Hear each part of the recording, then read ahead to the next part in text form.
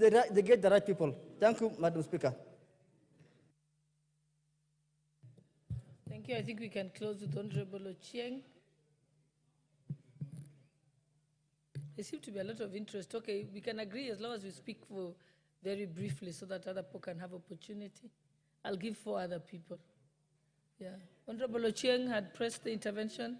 Okay, he's not here. I'll give Professor Barto. I'll come to you, Honorable Bayu, after.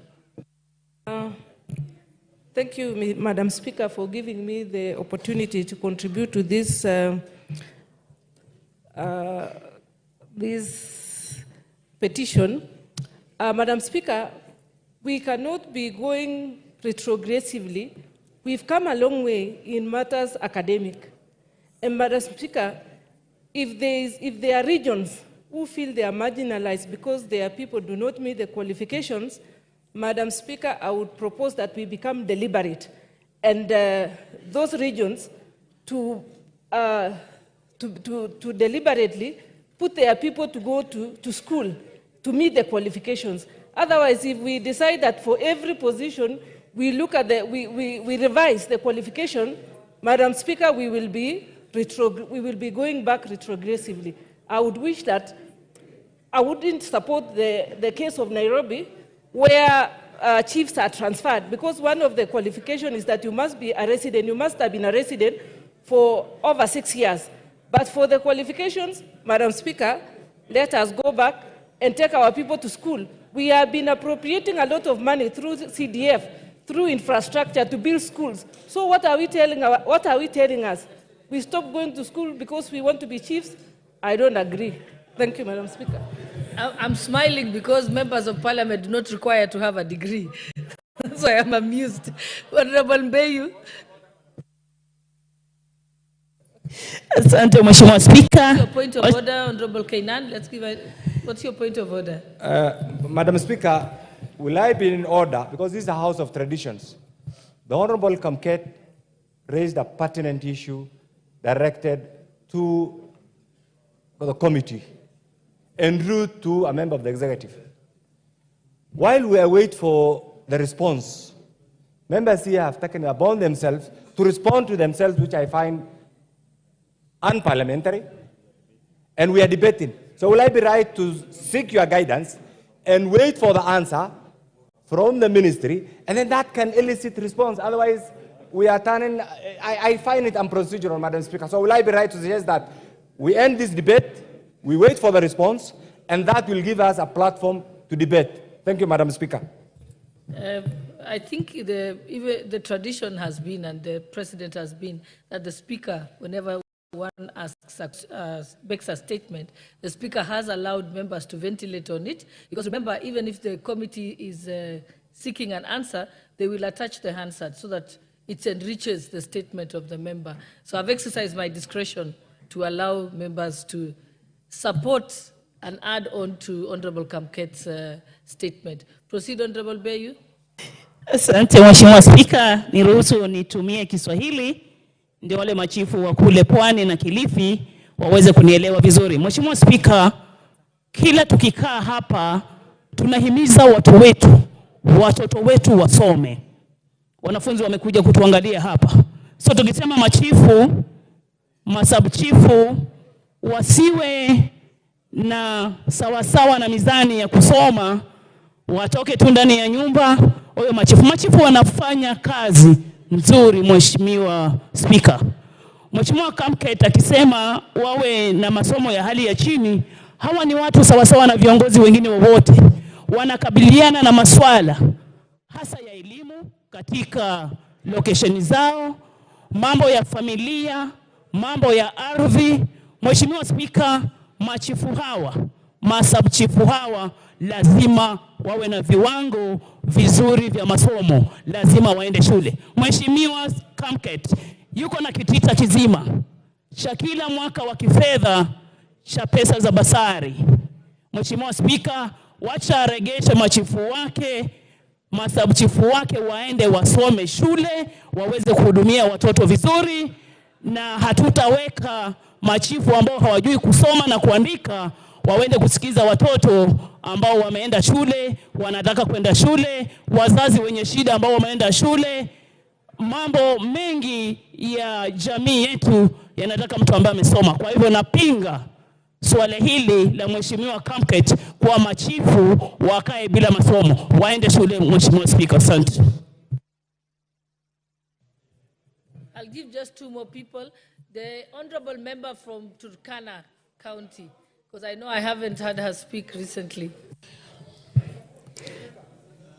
Thank you, Madam Speaker, for giving me this chance to add my voice on this discussion. Madam Speaker, I want to support Honorable Kamket. You know, when we have a discussion in this House about marginalization, marginalization is a fact. It is one evil that is still present in this Kenya. And if you think we lie to you people, you have a visit to the farthest north, Turkana, have a visit to the Wajir, Garissa, and then you will understand these things. There are villages, Madam Speaker, there are villages where you cannot get a student who has finished Form 4. That is a fact. In that village, when a sub-chief is needed and there is no Form 4 leaver, what are you supposed to do? Are you supposed to transfer a chief from another village to this village? You are not supposed to. I think what Honorable Kamket is saying is that let us be deliberate, like the way Professor Barto was saying. When it reaches to some marginalized levels, we adjust to their level. Of course, with time, we will take our people to school. It's not our liking to be marginalized, Madam Speaker. We found ourselves there, and we are working very hard to take our people to school, Madam Speaker. But we cannot be condemned for chiefs older than us who have not gone to school and they have to be taken as chiefs. Madam Speaker, we want to be considered as marginalized people so that our people, if they have not attained those grades and they are supposed to be chiefs, let them be chiefs for those villages. If your chiefs have degrees, well and good, well for you. For us, we have villages that a whole village has no Form 4 leaver. We are still working hard. Please give us a chance so that we become part and parcel of this Kenya. I support Honorable Kamket fully, Madam Speaker. Thank you. Okay, last I will give the Honorable Lisa Chelule, member for Nakuru.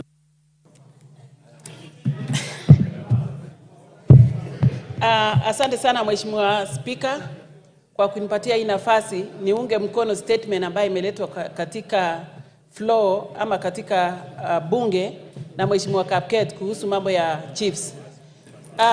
Mheshimiwa Speaker, tunaelewa kwamba chief wanafanya kazi ambayo ni tofauti na kazi zingine katika nchi yetu ya Kenya.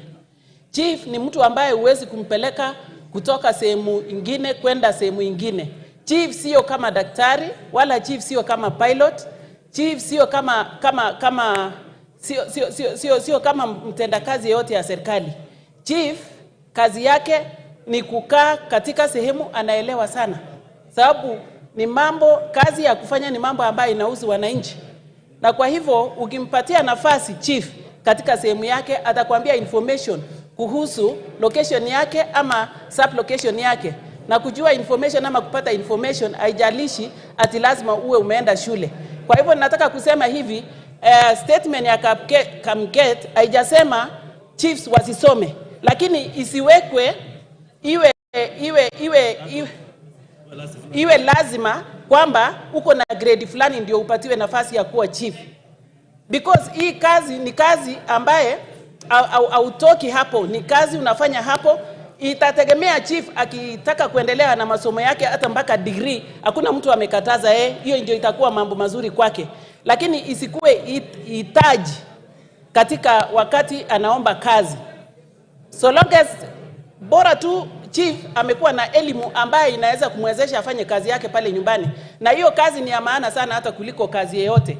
Hata ni ya maana sana kuliko wajumbe sisi tuko hapa. Hiyo kazi ya chief ni tofauti na kazi nyingine. Kwa hivyo naunga mkono, hatujasema wasiende shule, waende shule. Mheshimiwa mwenzangu kutoka Kilifi, ninaelewa kwamba Kilifi ni remote area. Ni area ingine pia ambayo wako na mashida mingi sana.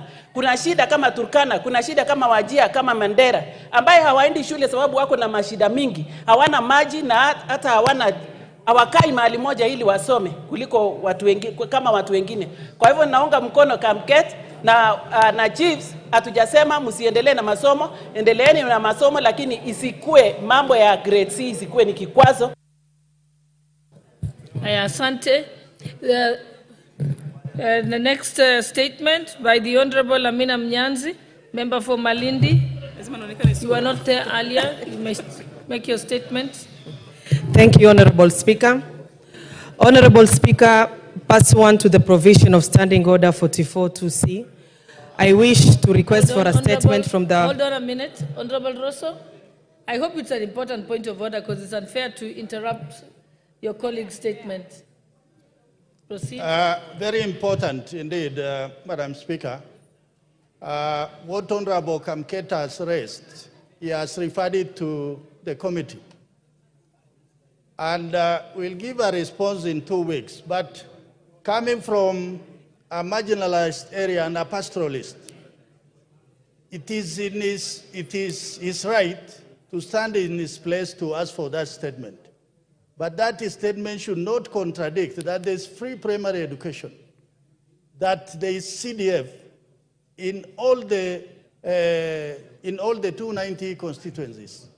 Today, education is not compulsory, but it's almost compulsory because it's available.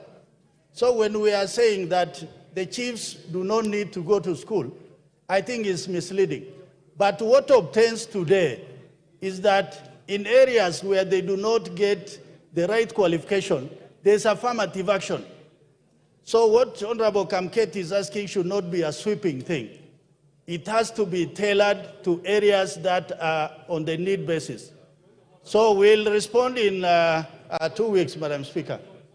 Thank you for standing in for the chairperson of the Administration of Justice.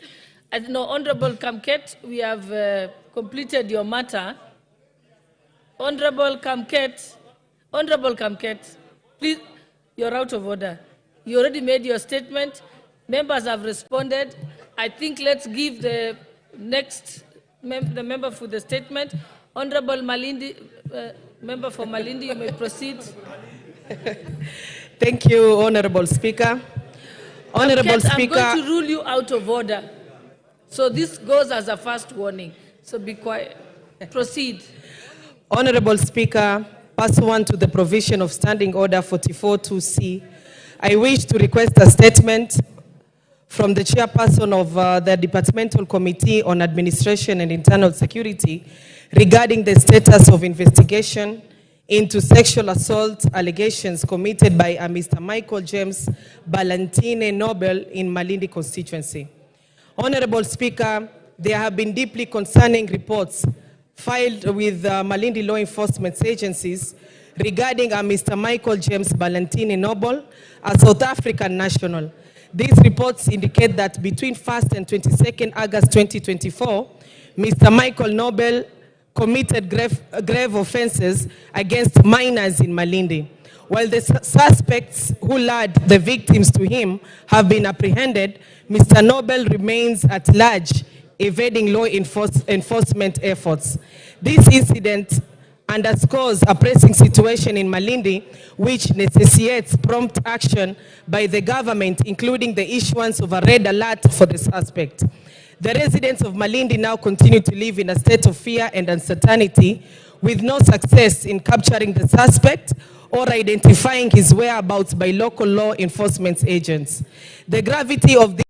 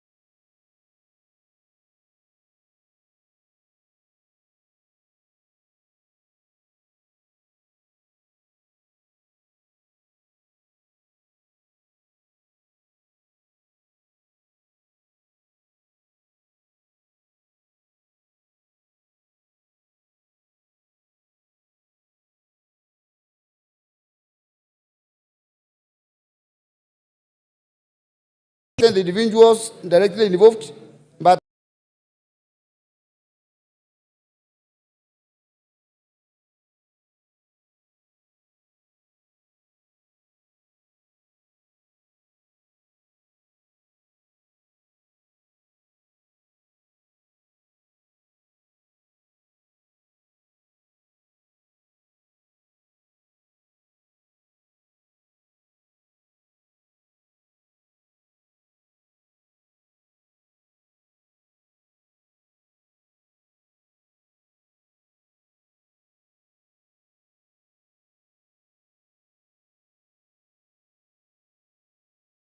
as also disrupting the social fabric of the communities. Livelihoods are being threatened, and there is an urgent need for intervention to restore peace and stability in the region. Honorable Speaker, it is on this background that I request for a statement from the chairperson of the Department Committee of Administration and Internal Security on the following: essential insight into the current state of disputes, the underlying causes, and the measures being taken or proposed to address this urgent issue. Steps that the government has taken to ensure safety and well-being of the affected communities, including stating the frequency of inspections carried out to ensure compliance with the regulations and necessary measures against the individuals responsible for the insecurity. Plans in place to ensure that all displaced original residents who have genuine title deeds are resettled in their rightful lands, and establishment of NGSU camp in the area to contain peace. Madam Speaker, may I say that, Mr. Speaker, sir, may I say that the people living there, the people who have been chased out of those farms, are the genuine landowners with original and genuine documents, and it's a matter of urgency, because if the government delays, we are going to have dangerous fatalities. Thank you. The Honorable Russell. The Honorable Russell. Say something about it. The Honorable Russell. I hope you Speaker, had order. The Honorable Krima, order. The Honorable Russell, you heard the statement request. Thank you very much, Honorable Speaker. Honorable Speaker, you give us 2 weeks to respond. Thank you, Honorable Speaker. Thank you. Honorable Krima, what did you want to say on this?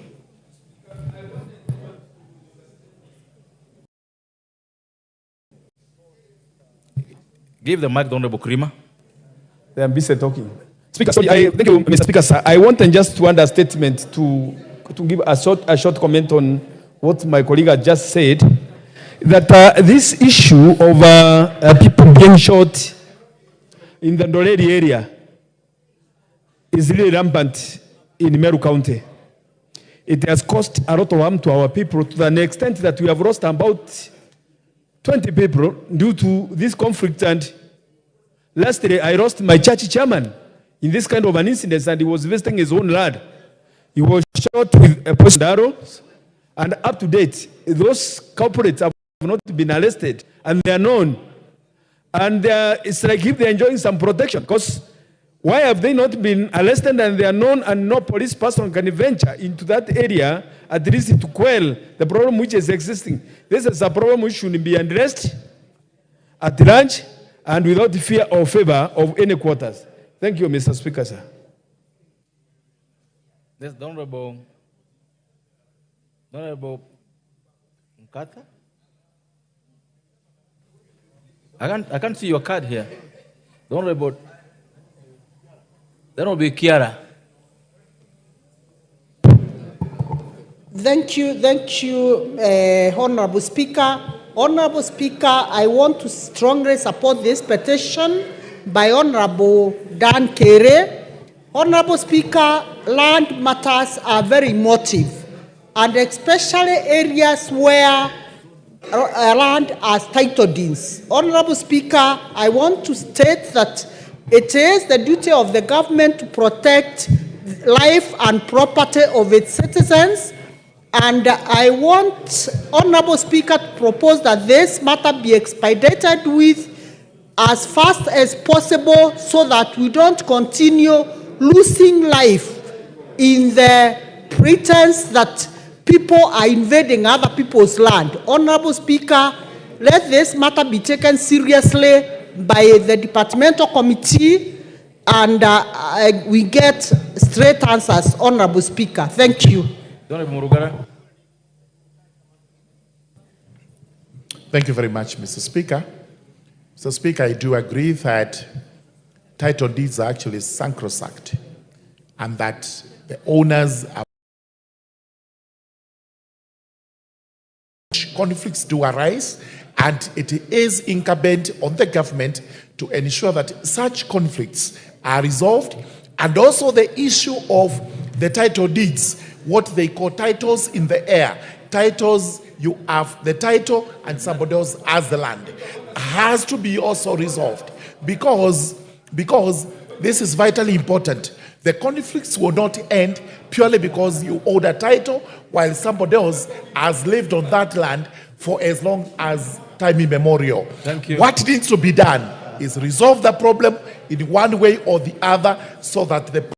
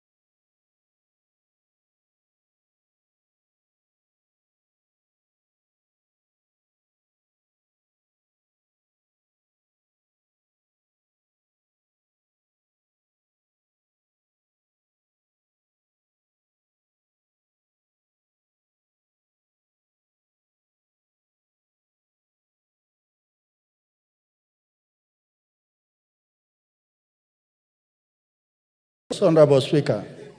The status of deployment of multi-agency teams to address the deplorable state in the affected areas.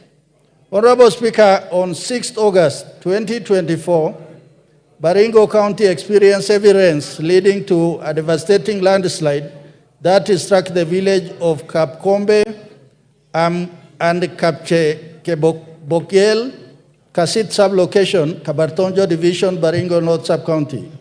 The incident claimed 5 lives, which were later retrieved by multi-agency response team. The landslide caused extensive destruction to homes, farmland, and critical infrastructure, including roads, leaving parts of the region inaccessible. Several families were displaced, crops destroyed, and access to basic services disrupted, exacerbating the challenges already faced by the affected communities.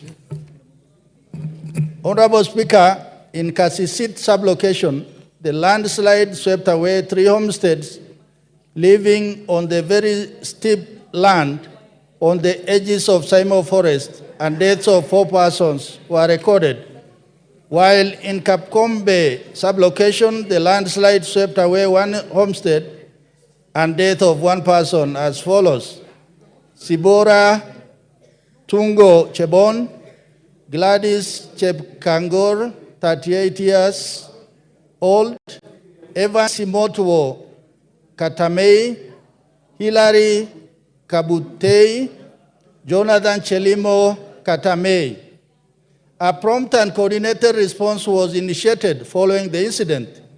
The multi-agency team consisted of 1, Red Cross Society, which was the lead agency on rescue and relief operation, Baringo County Government, Department of Disaster Risk Management, that coordinated logistics and disaster management, Ministry of Interior and Coordination of National Government, that provided security, logistics, and disaster management, and 4, local leadership, that included the Deputy Governor, County Commissioner, members of County Assembly, and other officials. Honorable Speaker, the key actions undertaken by the response team on the 6th of August 2024 led the first responders, comprising of Ngao, these are chiefs, and the residents managed to rescue the following persons: Margaret Rotich, Maureen Jebkoech Jebi, a Form 1 student from Tirindoni Primary School, Mercy Jelimo Chebi, grade 7 people at Kisit Primary School, and Vincent Chemaiwa Chebi, Form 2 students at Kapchekulel Secondary School. On 7th August 2024, early morning, the Baringo CSIC members mobilized rescue team, which were led by the National Police Service officers from Kabartonjo and Kenya Red Cross from Baringo branch, county government officers, disaster committee members to the scene of the landslide in Kapkombe and Kasisit. The rescue team retrieved the bodies of Zibora Tungo Chebon in Kapkombe and Gladys Chepkangor and Evan Simotuo Katamei in Kasisit from the landslide. Later, the dismembered body of Hilary Kabutei was retrieved downstream. The search operation was suspended after fall of darkness till the following day on 8 August 2024, when the body of Jonathan Chelimo Katamei was retrieved downstream. The response team successfully recovered the bodies of all 5 victims from the landslide site. The team promptly evacuated families residing near unstable areas to temporarily shelter at Kasisit Primary School to prevent further casualties until the rain subsided. Residents of landslide-prone areas were advised to monitor for signs of imminent danger, such as deep cracks or soil movement, Public announcements were made urging residents to report any observation to local. I don't mean to interrupt you, but if you could summarize. Thank you, Honorable Speaker, well guided. The steps that the government has taken to ensure that all affected families are facilitated with items such as food, clothing, medication, and shelter. Honorable Speaker, there was the immediate humanitarian assistance that involved immediate relief supplies, including foodstuffs, medication, blanket mattresses, and mosquito nets. Second was the shelter support and also burial assistance by the government. There was also plans to reconstruct or repair the damaged roads and other critical infrastructure.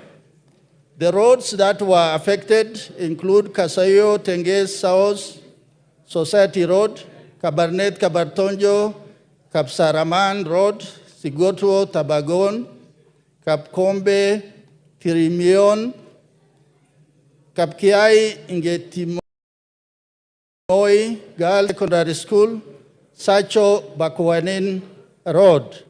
This, Honorable Speaker, with the support of county government in collaboration with KERA, they had initiated plans to reconstruct the damaged roads. Assessment teams were also deployed to evaluate damage to other public utilities, including water supply systems. Honorable Speaker, the government is committed to implementing sustainable solutions to prevent further and future disasters and enhance the resilience of communities in landslide-prone areas through reforestation, implementing watershed management programs, engineering solutions such as retaining walls, and regular geological surveys and risk management is recommended to identify and monitor landslide-prone zones. Honorable Speaker, I beg to submit. Honorable McClark. Thank you, Mr. Speaker. I have two to say. One, I want to thank the Ministry for Interior, through the Minister for Internal Security, for their quick response during that time. Mr. Speaker, remember, today we are in September 19. This incident happened in August. So you can look at the time that they take to respond to an emergency issue. However, Mr. Speaker, since I've been to the ground, I want to thank them for the efforts that the government has done. In fact, Mr. Speaker, other than future solution, the government, national government in particular, were actually proactive and they were able to provide food to the victims who were actually living in Kasesit Primary School for almost a month, where I visited twice and even attended the funeral. And the government donated several relief food, not only to the people who were in Kasesit and Kapkombe, but also in Kapkwang areas of Baringo North that were terribly affected, despite the fact that there was no fatalities. But in terms of landmass and crops which were destroyed, Mr. Speaker. So I can say the government response was very good, Mr. Speaker.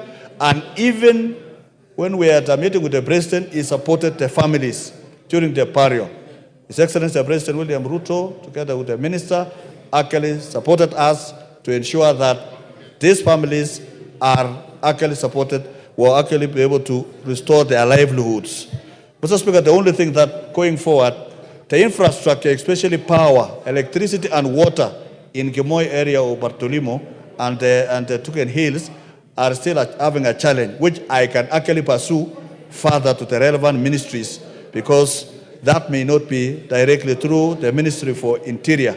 And lastly, Mr. Speaker, the 35 people who are actually living in dangerous areas, Mr. Speaker, we are pursuing what is called land exchange with the Ministry of Environment and Forestry so that we resettle these people elsewhere so that we convert the land where they have been living, where it is prone to landslides, we convert it to forest.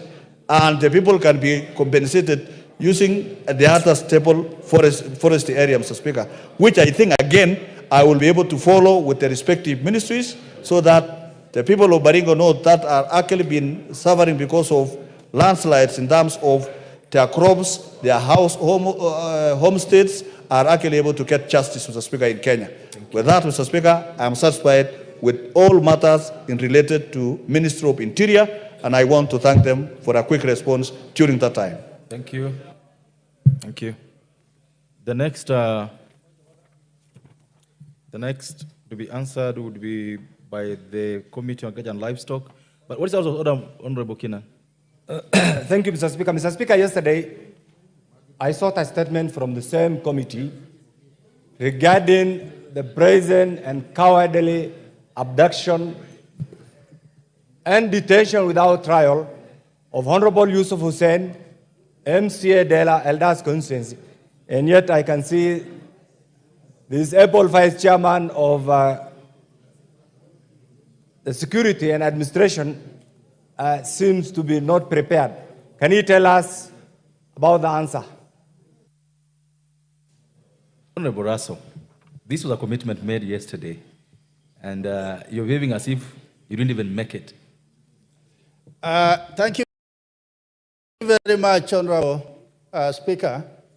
Honorable Speaker, I think yesterday we were in the House, and Honorable Kenan raised a fundamental issue on human rights, violation of the law, and what is considered unprocedural.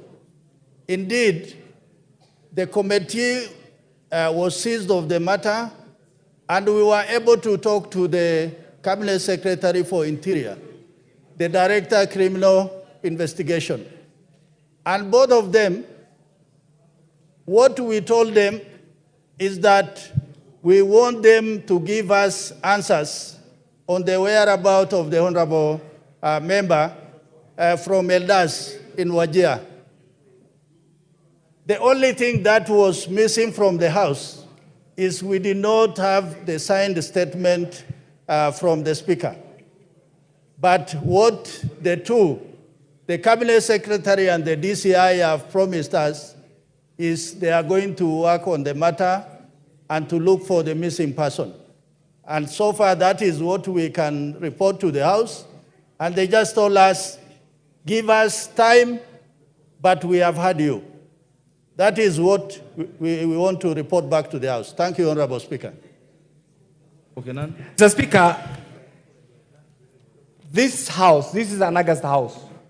And we all understand the definition and meaning of an August House.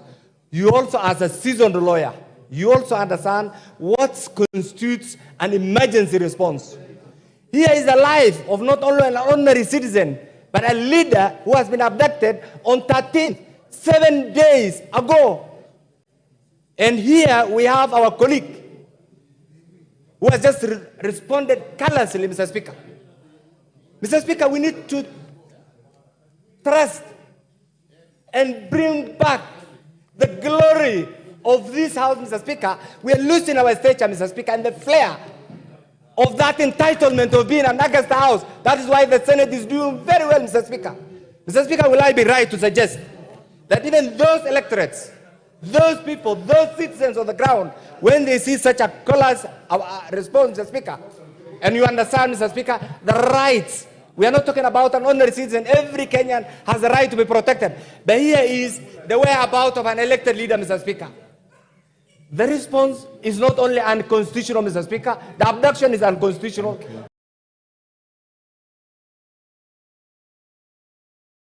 The response is clearly demonstrates lack of responsiveness, Mr. Speaker. Will I be right, Mr. Speaker? You can see today they are not even saying.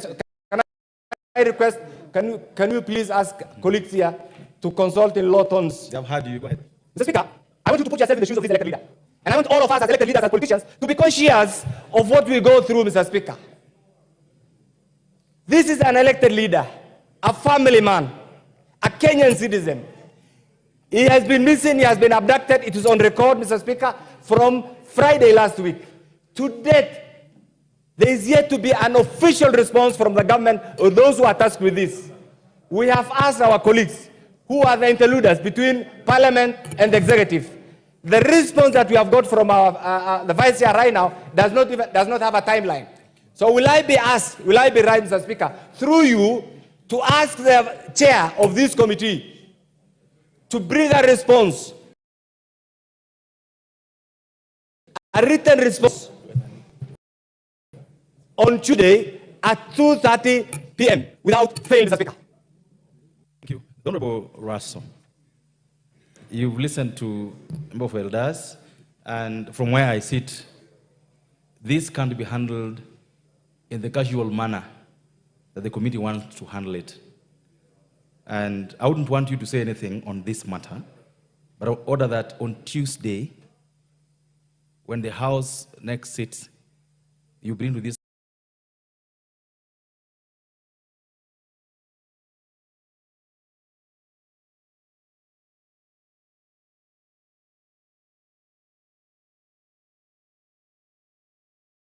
House a comprehensive answer on the issue raised yesterday.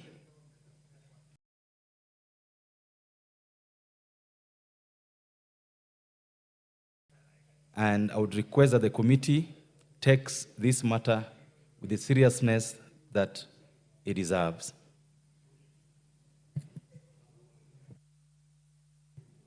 Thank you, Honorable Speaker. I really do not want to say much based on your ruling. The only thing I want to say is the committee is serious about lives of Kenyans. He is from the constituency of Honorable Kainan, but he could have as well come from my constituency or your constituency. That is how important those lives are. But I am well guided. I will pursue the CS Interior to give us a response by that time. Thank you, Honorable Speaker. Thank you. Note also that there's more than one question before your committee dealing with abductions and its appearances, not just this one. And that's why I think it's important that the committee takes these matters more seriously. Before we go to the next response, honorable members, it used to be a tradition that when you're welcoming students to come here, when you call their names of their schools, you thump your feet so that they recognize that they are here. So we have students from the Caroline School, Kabete constituency, Kiambu. Then you have students from St. Joseph Roman Catholic, Webuye, East from Mugoma County. And we've got students from Kiamuturi Secondary School, Mathioya, Murang'a County.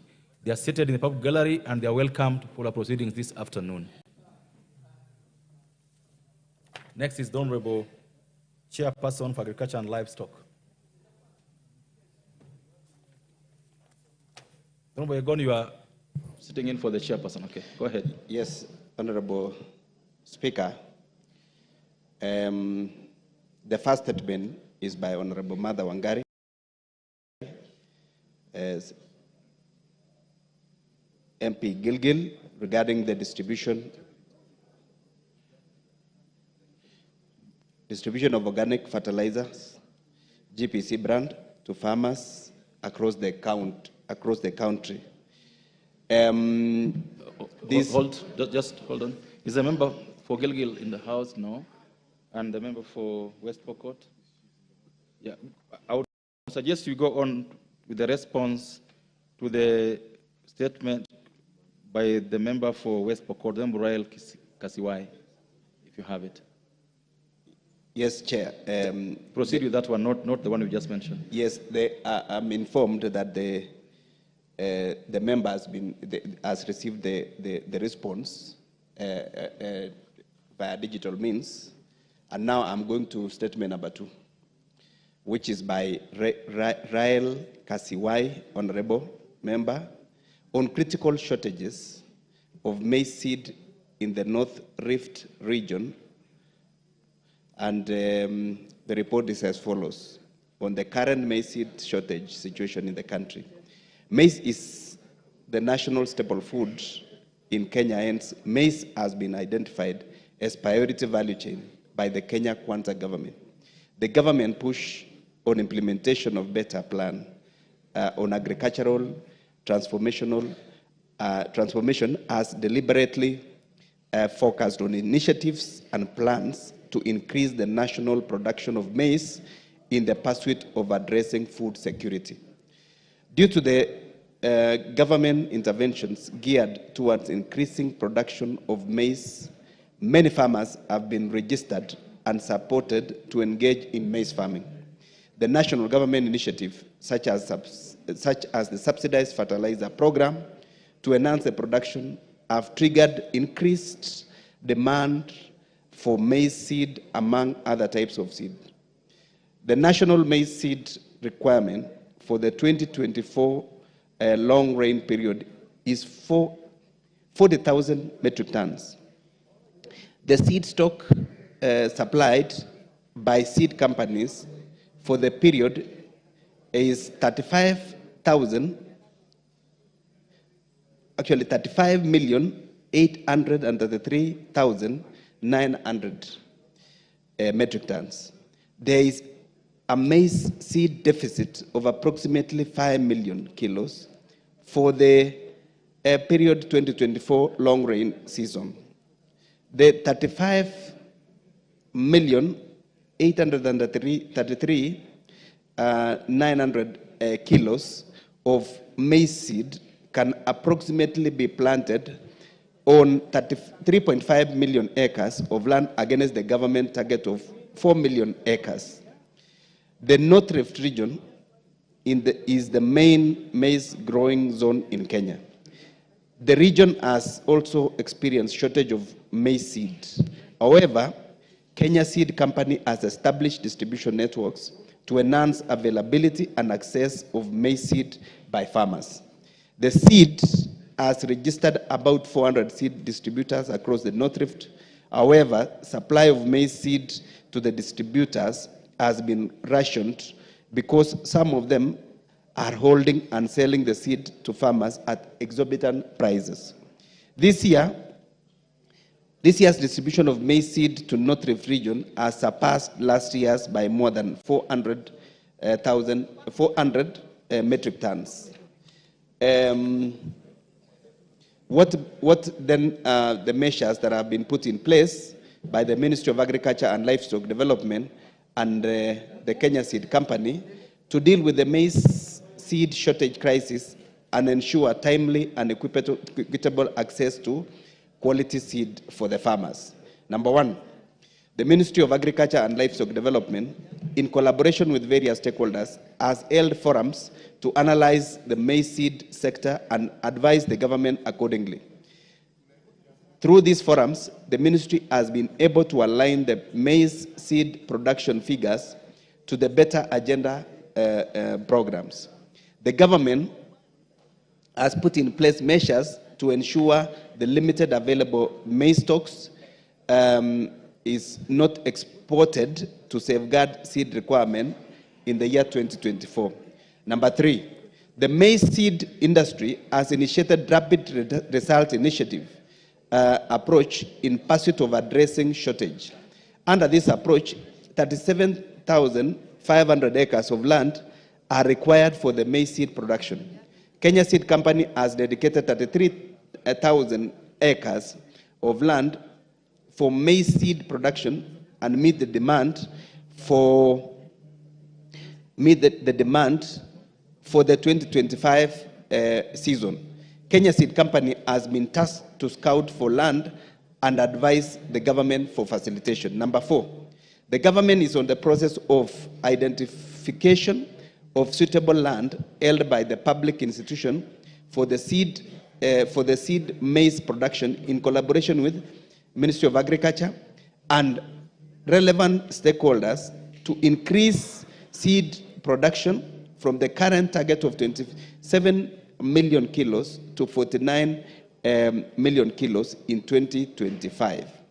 Due to low, number five is due to low seed producer price, growers contracted by pulled away from seed production in 2022-2023. However, Kenya Seed has reviewed upwards the contracted seed growers' prices to motivate them to allocate more land to seed maize production in 2024. Number 5, Kenya Seed Company has increased and enhanced maize seed varieties through targeted research as per the ecological zones. And number 6, finally, Kenya Seed is working with National Irrigation Board to grow seeds in various suitable regions to increase production and enhance access to seeds. Thank you very much, Mr. Speaker.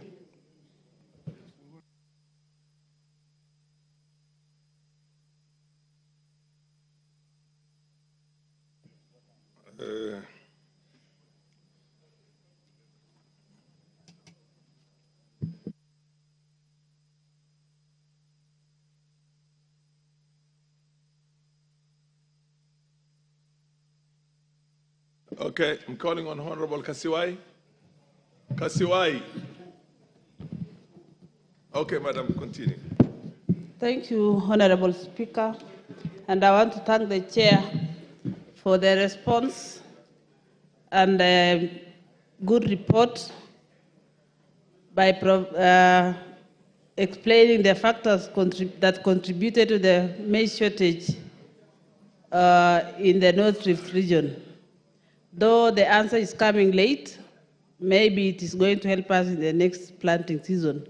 However, Mr. Speaker, my concern regards the 400 registered seed distributors in the North Rift region who are holding the maize seeds to farmers and they are selling to the farmers at the exorbitant prices. So I'm wondering what is the ministry doing by not punishing such distributors, because they hold these maize seeds in their stores and sell them to the farmers at a high price. So that one, I'm still not satisfied with the answer. Thanks. Proceed, Chair. You want to weigh in again? Well, there are 400 certified distributors, seed distributors across North Rift that are supplying certified seeds. And we've noted that they are actually selling these seeds to farmers at exorbitant prices. And that is why the ministry is coming in to be able to curb that malpractice in the market, and the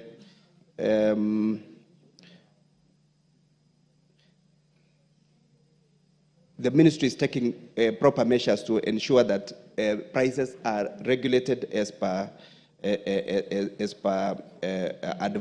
as per the market indicated price of the seed, so that unscrupulous sellers does not take advantage of the farmers.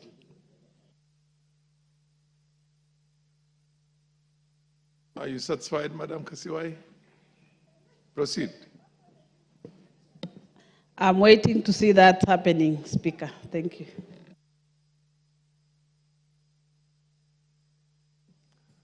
There being no other interest on this, I'll call on the Honorable Irene Mayaka. Proceed. Of sports, yes. This is sports and culture. Irene Mayaka needs her statement on sports and culture. The chair of the sports and culture, or the representative. Thank you, Honorable Speaker. On Wednesday, 24th July 2024, during the afternoon sitting, Honorable Irene Mayaka MP requested for a statement regarding the position of Kenya national under 2017 football team. Specifically, the member sought a response to the following two issues. One, plans that the Ministry of Youth Affairs, Sports and Arts, in consultation with the Ministry of Education, has made to ensure that the players have the opportunity to take part, to take their exams at time that does not conflict with their participation in the World Cup, and two, the measures being taken by the Ministry of Youth Affairs, Sports and Arts and other stakeholders, including FIFA, and ensure that the team goes back to the camp for preparation. Honorable Speaker, I have received the comprehensive response from the Ministry of Youth Affairs, Creative Economy and Sports, which I've shared with the honorable member, but I beg to read the key parts of the report and the table the same. Plans that the ministry has: the junior starlets secured an impressive 3-0 victory against Ethiopia, allowing Kenya to advance with a 3-0 aggregate score. The fourth and the final round of the qualifiers saw the junior starlets face Burundi in the first leg, once again in Addis Ababa. Kenya dominated with another 3-0 win, showcasing the ability to perform under pressure. The second leg, played in Nairobi, resulted in a 2-0 victory for Kenya, culminating in a 5-0 aggregate win and securing their place in the World Cup. Concerning making sure that the players have opportunity to take their exams,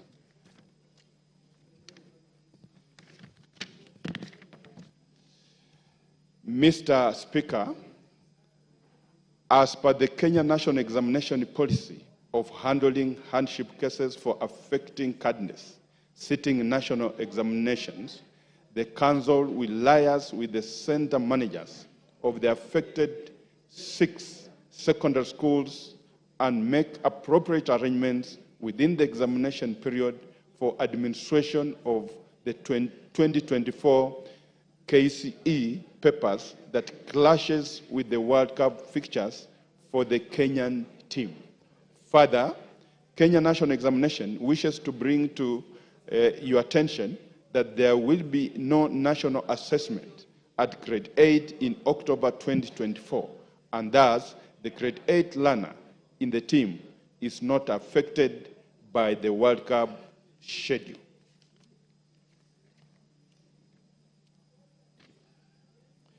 About the preparation for the World Cup, the team has developed a comprehensive preparation plan focusing on both physical readiness and strategic refinement in anticipation of the FIFA World Cup. The plan is as follows, and I think the Honorable has the schedule, but despite this plan, some junior starlet players are candidates awaiting the national exams. To address this, the Federation wrote to the Ministry of Sports. The Ministry wrote to the Kenya National Examination Council with a copy to the Ministry of Education requesting for special arrangements for the 8 players to undertake the Kenya KCSE and grade 8 examinations. Copies are attached and the Honorable Member has the same. The Ministry is consulting with the Ministry of Education to ensure that the players not only participate in the World Cup, but also sit for their national examinations through a special arrangement. All the necessary preparations are in place for the team to start their residential local camp, which started as early as 18th August, all the way to the World Cup on 1st of October. The member has been given a schedule and the roadmap for the same. I submit, Honorable Speaker.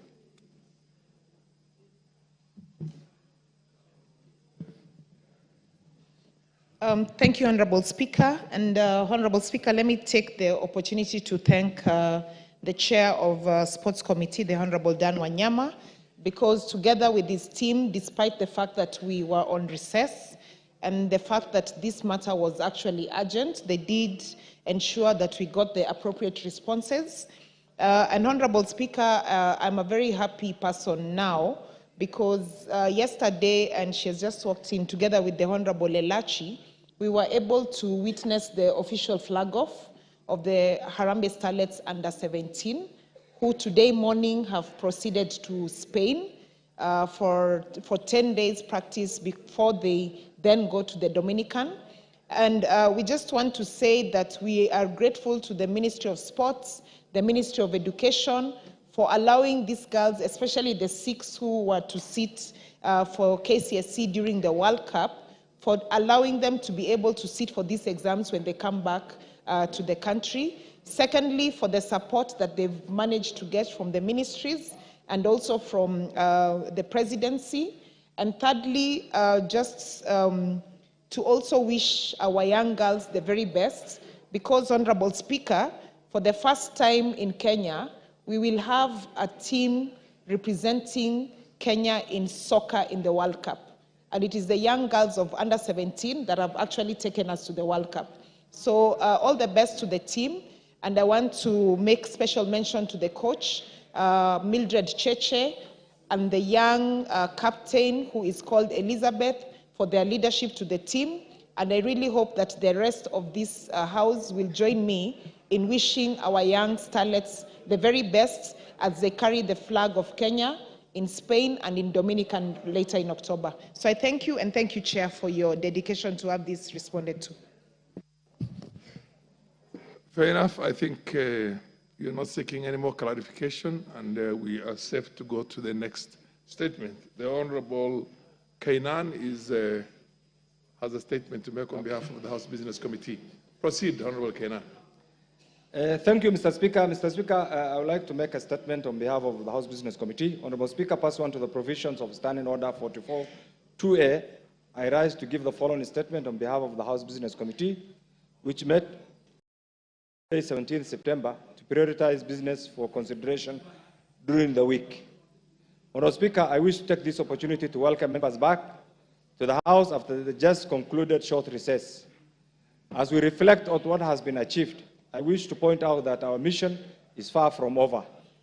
We still have a significant number of legislative proposals, bills, statutory instruments, and reports that most certainly need our keen attention. I therefore urge members to rise to the occasion when the business is being presented before the House and remain diligent in its consideration. Honorable Speaker, with regard to the business for Tuesday next week, the House is expected to consider the second reading of the Equalization Fund Administration Bill, Senate Bill number 14 of 20, and Kenya National Library Services Bill 2023, if not concluded today. Additionally, Honorable Speaker, debate will also be undertaken on the following motions, should they not be concluded today. 1, report on the consideration of the Consolidated Fund Services expenditure for the supplementary estimates 1 for the financial year 2024-2025. 2, report on consideration of public petition on funds spent contrary to the provisions of Article 223 of the Constitution. 3, report on the implementation status on petitions and resolutions passed by the House. 4, report on the alleged unfair trade practices by foreign investors in Kenya. 5, second reading on employment diversity audit in public institutions. 6, report on the extraordinary session of the 6th Pan-African Parliament, PAP. 7, consideration of reports on financial statements of the state corporations, Nyanza region. 8, ratification of the protocol to Constitutive Act of the African Union relating to the Pan-African Parliament. And 9, consideration of Sessional Paper 5 of 2023 on the National Policy on Labor Migration.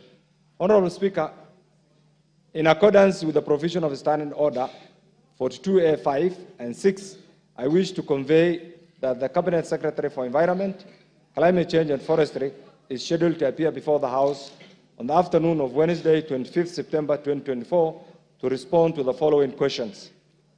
Question 1, question number 304 of 2023 by Honorable Member for Alego Usonga, the Honorable Samuel Atandi, MP, regarding the issuing of licenses by National Environmental Management Authority, NEMA. 2, question number 029 of 2024 by member of Maragua, the Honorable Mary Wambua MP, regarding the landfill project in Maragua constituency. 3, question number 105 of 2024 by the member for Jibalungu, the Honorable Victor Koech MP, regarding the presence of Lalela Company Limited and Naratoi Company Limited conducting large-scale irrigation-based farming. 5,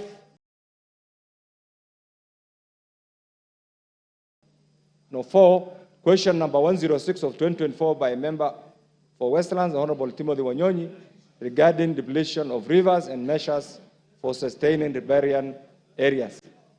And 5, question 107 of 2024 by a member for Nakuru Town, the Honorable Liza Chelule, MP, regarding wetlands and catchment areas.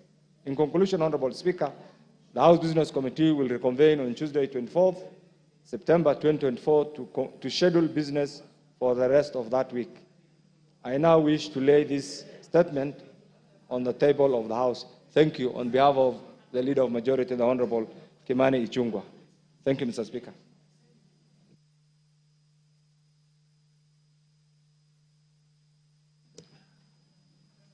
Fair enough. Before we go to the next order, I wish to recognize the presence of students or pupils from Nzouni Comprehensive School, Mwingi Central in Kitui County.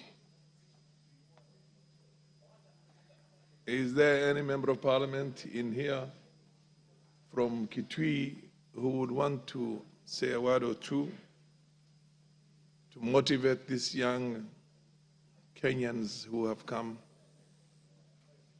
to see how our parliament works? Yes, proceed, the Honorable KJ. We're welcoming the students. Proceed and welcome the students. The chair has already welcomed them, but of course you can. Thank you very much, Mr. Speaker. And also, as a young man and as a youth, you can, and as a legislator, you have some wise words for these young people. Proceed. Thank you very much, Mr. Speaker. And it might be lost to many how I would be having any connections to the former Eastern Province. But let me clear my interest that my birth mother, Hannah Ndidi Mutiso, actually hails from what was the larger Machakos County then, which is now divided into makwiny and Machakos County. And it is amazing to have a whole contingent of young people joining us here in Parliament. And I'd like to welcome the students to the 13th Parliament of the nation of Kenya and let them know that this is the house that was created by Article 95 and 96 of our Constitution. And to the students, I say to them that what they see here is the plenary of a National Assembly of members who represent constituencies from every corner of this country, and they are here to discuss, as the Constitution provides, to discuss and resolve all matters that concern Kenyans. So issues to do with education, issues to do with their plight, issues to do with their welfare, and everything else that concerns a Kenyan is canvassed on the floor of this house, and resolutions emerge, deliberations are made, we pass laws, we pass motions here, and all these are because of what they read on the banner that is at the door that we see on, as we enter, that says that we are here for the welfare of society and the just government of the people. So I would like to ask all the other members of Parliament to join me in welcoming the learners who are seated in the gallery. Thank you very much, Mr. Speaker, for the opportunity. Honorable Basil from the larger Kitui. Thank you. You come from Machakos? Yes, Machakos County, but I can welcome them just. We have the Kitui Member of Parliament there, I mean from Kitui County, Honorable Nzengu. But to add on what Honorable Take a minute and then we'll give 2 KJ minutes to has Honorable Zengo and proceed on with the other substantive business. Yes, I would say that for the students, although I can't see from where I am, I would say welcome so much to Parliament. We all went through the same Go route. to a place where they can see you. Go there so that they know who you are. And they also are able to see the screen, but at the same time go somewhere. I'm also representing the Gen Zs in Parliament. So for the young students, karibuni sana. This is the August House, the 13th Parliament. I represent Yatta constituency. And I would say, don't feel like you are so far from being here. We all went through the same process. At the time when we came here, we used to think whether one time we'll find ourselves here in this house. So you are on the right path. Just put efforts and commit, and one day you'll be with us here. Thank you, and karibu sana. Honorable Zengu. Thank you, Mr. Speaker, for giving me the opportunity to welcome the students from Mwingi Central to the 13th Parliament. I want to tell them that congratulations for making it to this place. And I just want to encourage you that in 1988, I was a Class 8 student, and the transition from primary to secondary, the period that is in between, I used to come in that public gallery and watch the likes of Martin Chikuku debate. And so where you are is a nice place. Not every student there. So you shouldn't be encouraged that one day you could also represent Mwingi Central. I know Honorable Mulyungi would have loved to be here, but because of commitments, I take the responsibility to really congratulate you and welcome here as Member of Parliament for Mwingi North. Karibuni sana. Fair enough. Let's go to the next order. Order number 8, the Mang Beans Bill, Senate Bill number 13 of 2022, second reading. Mover to reply. Where is the mover? Proceed. Yeah, thank you, Mr. Speaker. Mr. Speaker, I want to take this opportunity to thank members who contributed to the bill, to the debate on the bill. And I want to say that particularly I want to thank the chair of Committee on Agriculture, who took quite a lot of time to go through and elaborate the advantages of the bill.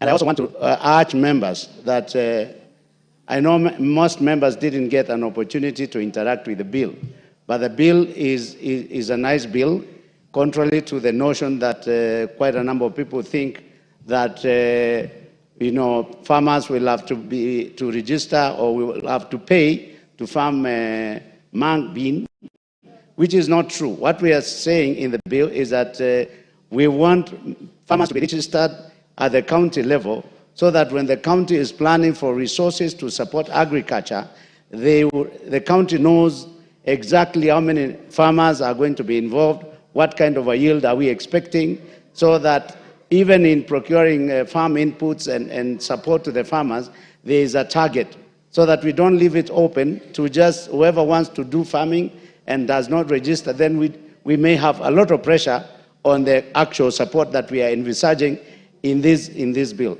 The other thing is that some cartels have also misled the Kenyan community, that we are saying that for you to trade for you to plant mang beans, which is ndengu, in other words, you will have to pay.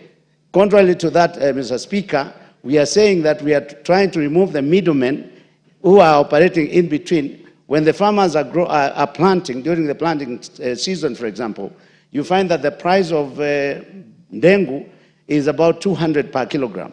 But when they harvest, the price is forced by some cartels to about 40 or even 30.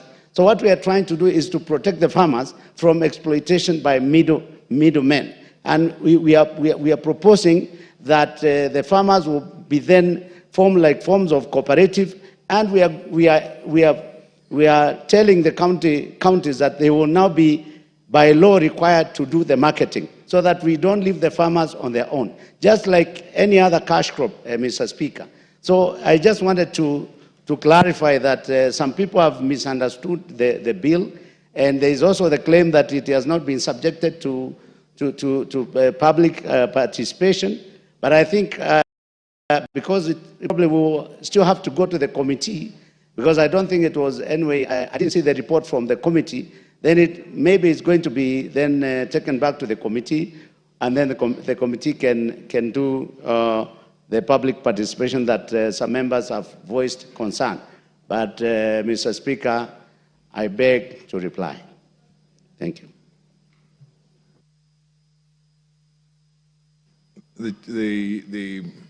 We're not going to put the question on that. The question on the same is deferred to another appropriate date in the future. The chair will determine that.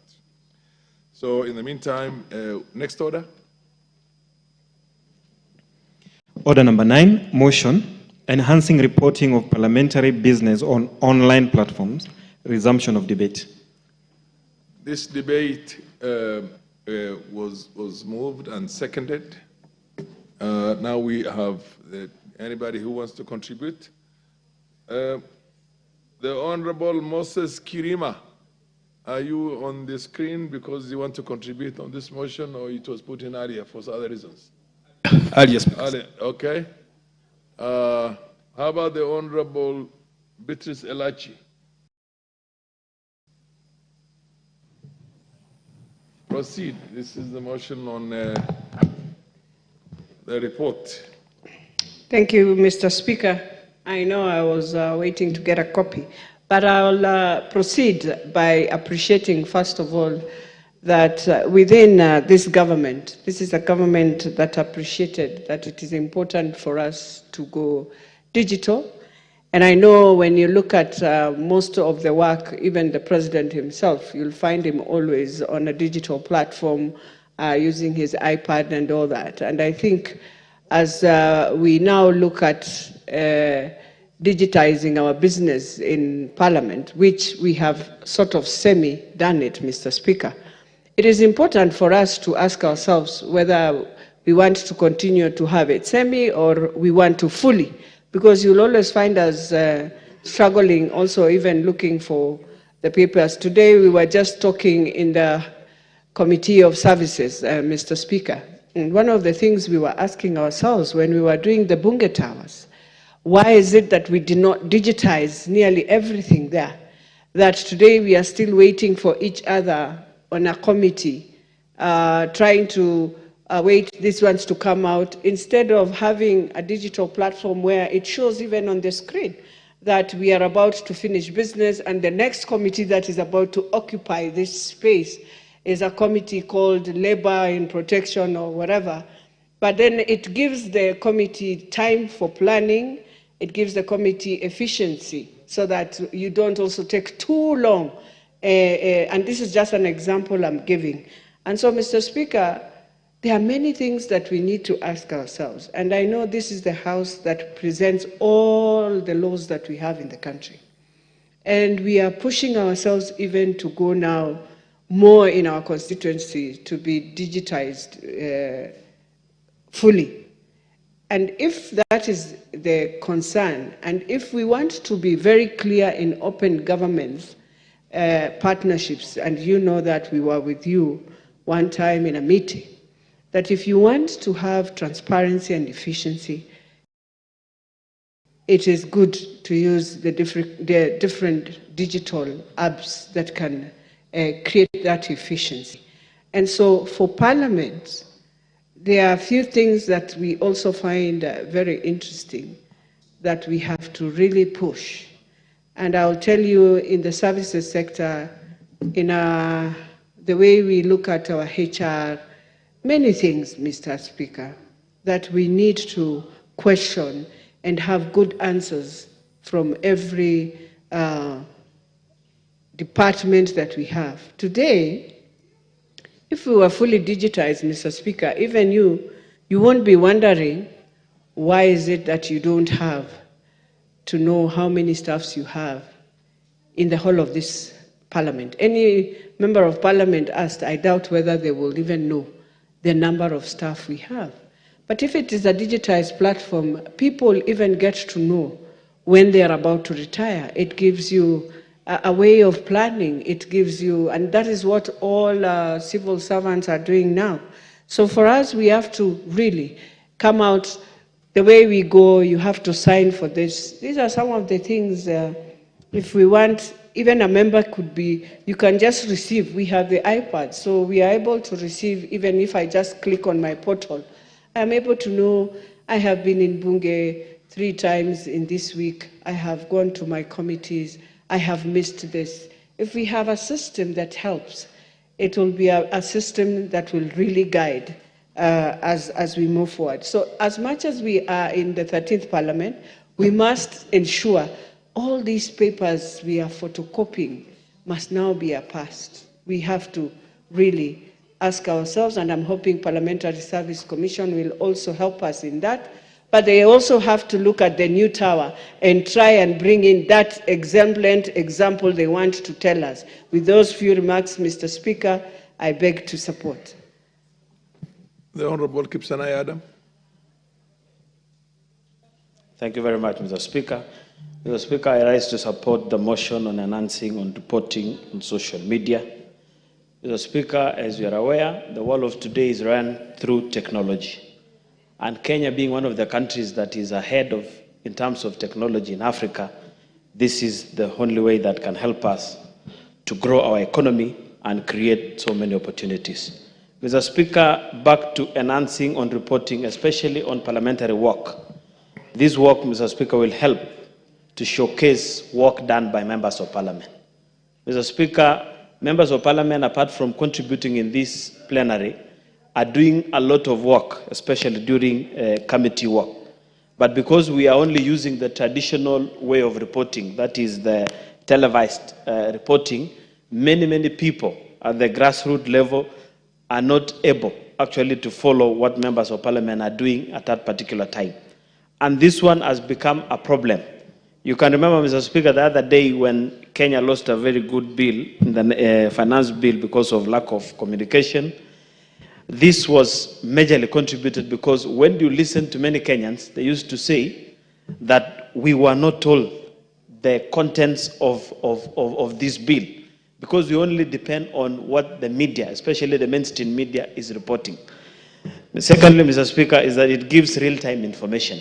If we use social media platforms like the Facebook, the Twitter, and everything, a Kenyan who is not supposed to be glued on a television can get to know what is happening in this house, and maybe he or she can give feedback on how it can help members in delivering their work.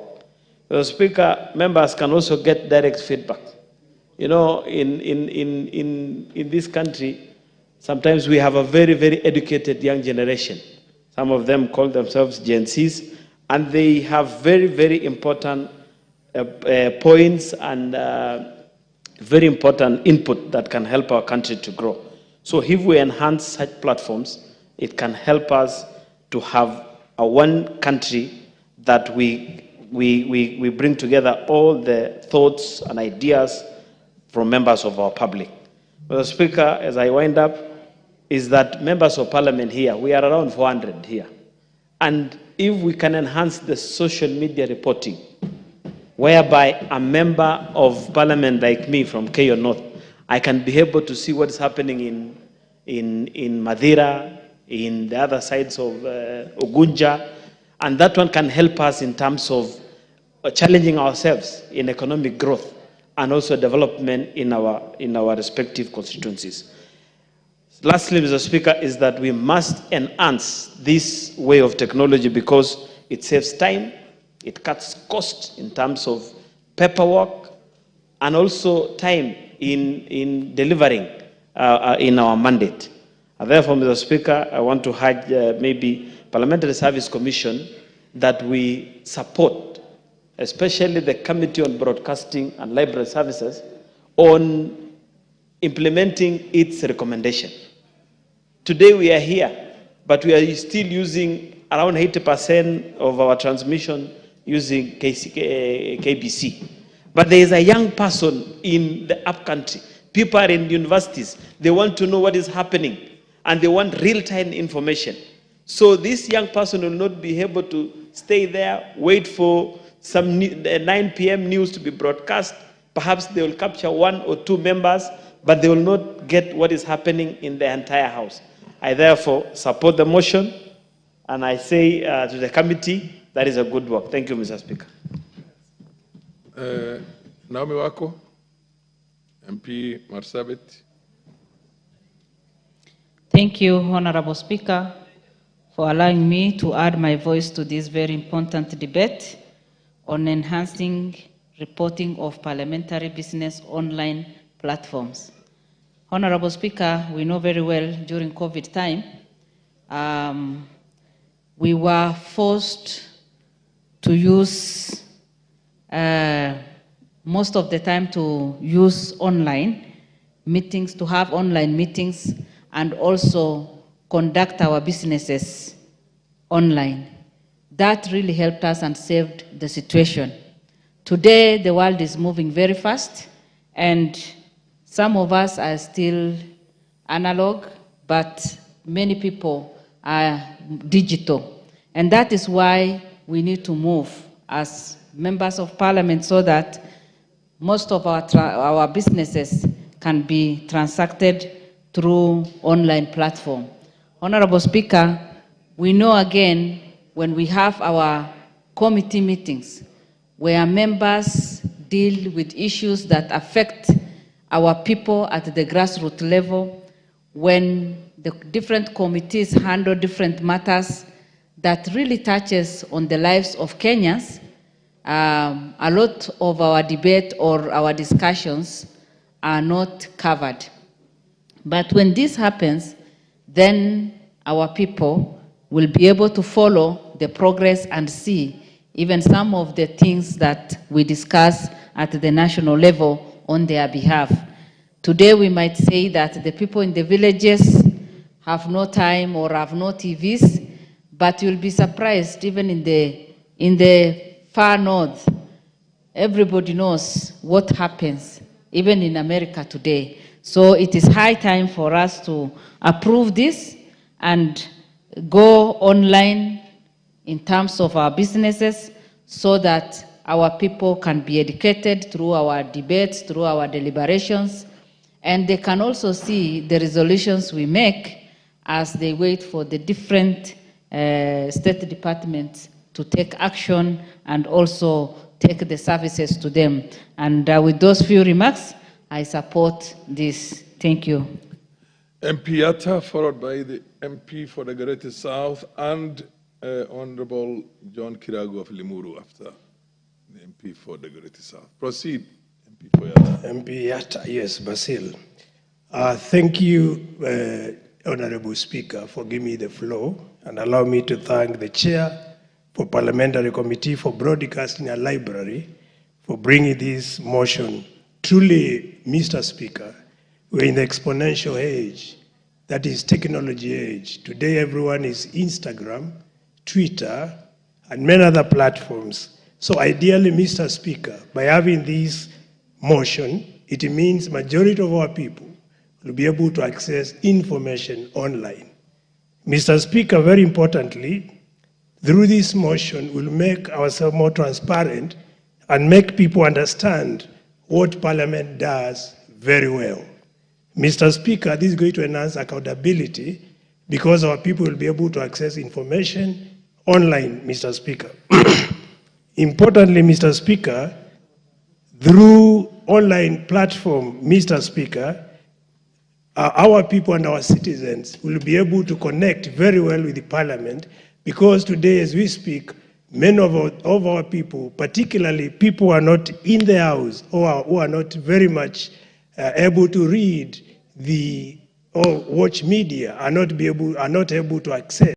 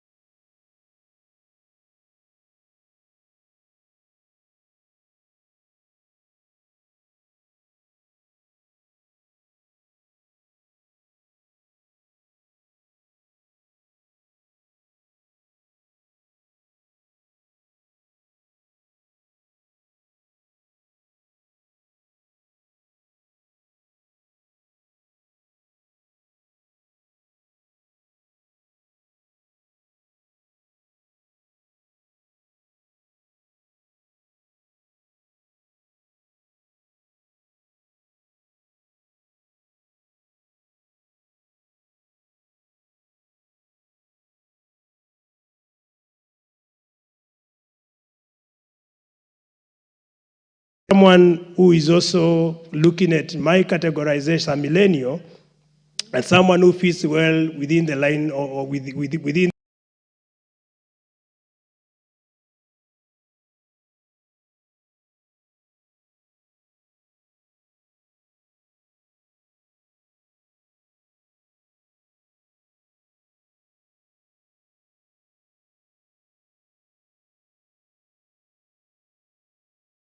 so that we don't discriminate people contrary to Article 10 of the Constitution, which encourages for inclusivity when it comes to governance, including information sharing. Thank you, Mr. Speaker. With those few remarks, I support.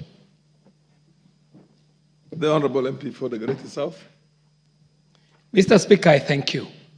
And communicators tell us that if you do not tell your story the way you would want to tell it, someone will tell your story the way you would not want it to be told.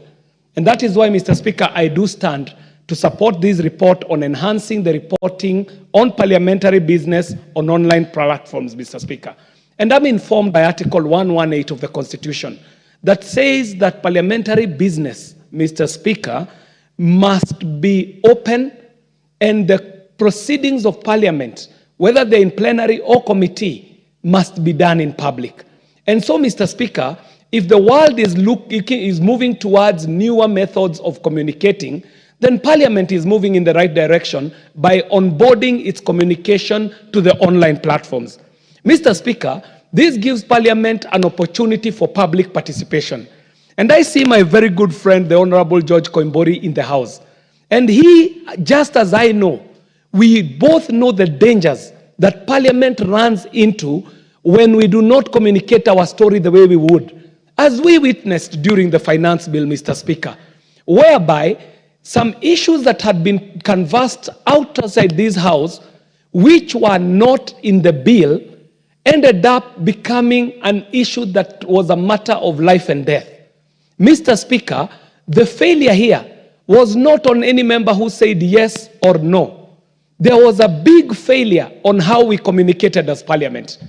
In communication, we say that the way to communicate is that there is a message, there is a channel, and there is a receiver, and then there is a mechanism loop to ensure that the receiver has received the message so that if the message is not correct, it can be corrected so that you communicate effectively.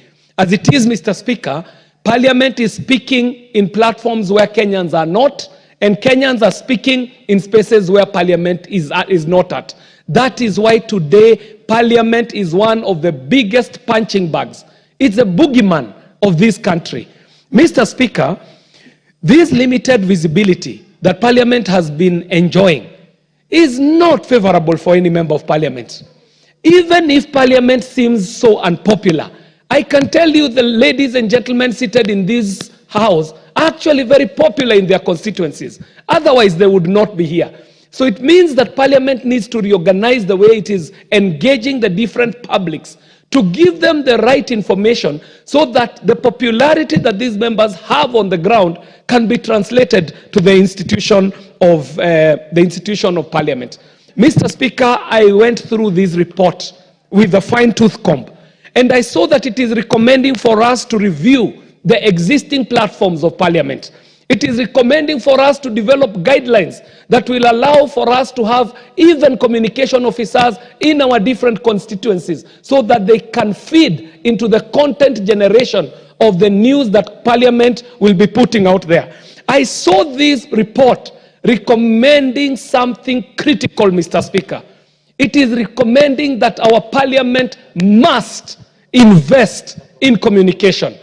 Mr. Speaker, communication is investing in a bank of goodwill. And you invest in this bank of goodwill in fair weather. What the wise man says, the white man says that you make your hay while the sun shines. In the good times, using communication, you invest in this bank of goodwill because there's a time you will be in a situation where you're not in goodwill with people. And that is when you start withdrawing from the bank of goodwill. Why this Parliament went into such attack is because we had not invested into this bank of goodwill. Finally, Mr. Speaker, the last point I would like to make is that even as we are onboarding our communication onto new platforms, let us be alive to the realities of the new world. Things called our thing into. So, Mr. Speaker, the recommendation I make is that even as we are thinking about onboarding to other proprietary existing platforms, like have been named here, Kenya should also think about making its own Facebook, its own TikTok, its own Twitter, so that we own this content and we also own the platforms that exist, because we know the danger that there is in putting our information out there in platforms that we do not own. Parliament is capable of developing its own digital platform and digital. You can have an additional 1 minute, yes. So that Mr. Speaker, you are very kind, and I do appreciate this. The point I was making is that information is power. We are in what is being referred to as the fourth industrial revolution. The fourth industrial revolution shall be fueled by data. And when you generate data, today data becomes a currency. So the data that we generate with the content that we are putting on these new online platforms should be content that we are able to manage from the beginning to the end. And that is why I request that beyond just onboarding onto existing international, multinational, big tech platforms, Parliament should also consider building its own platforms that we can own, so that we can secure our information away from the people who have bad intents against this institution. I thank you very much, Mr. Speaker. MP for Limuru, John Kiragu.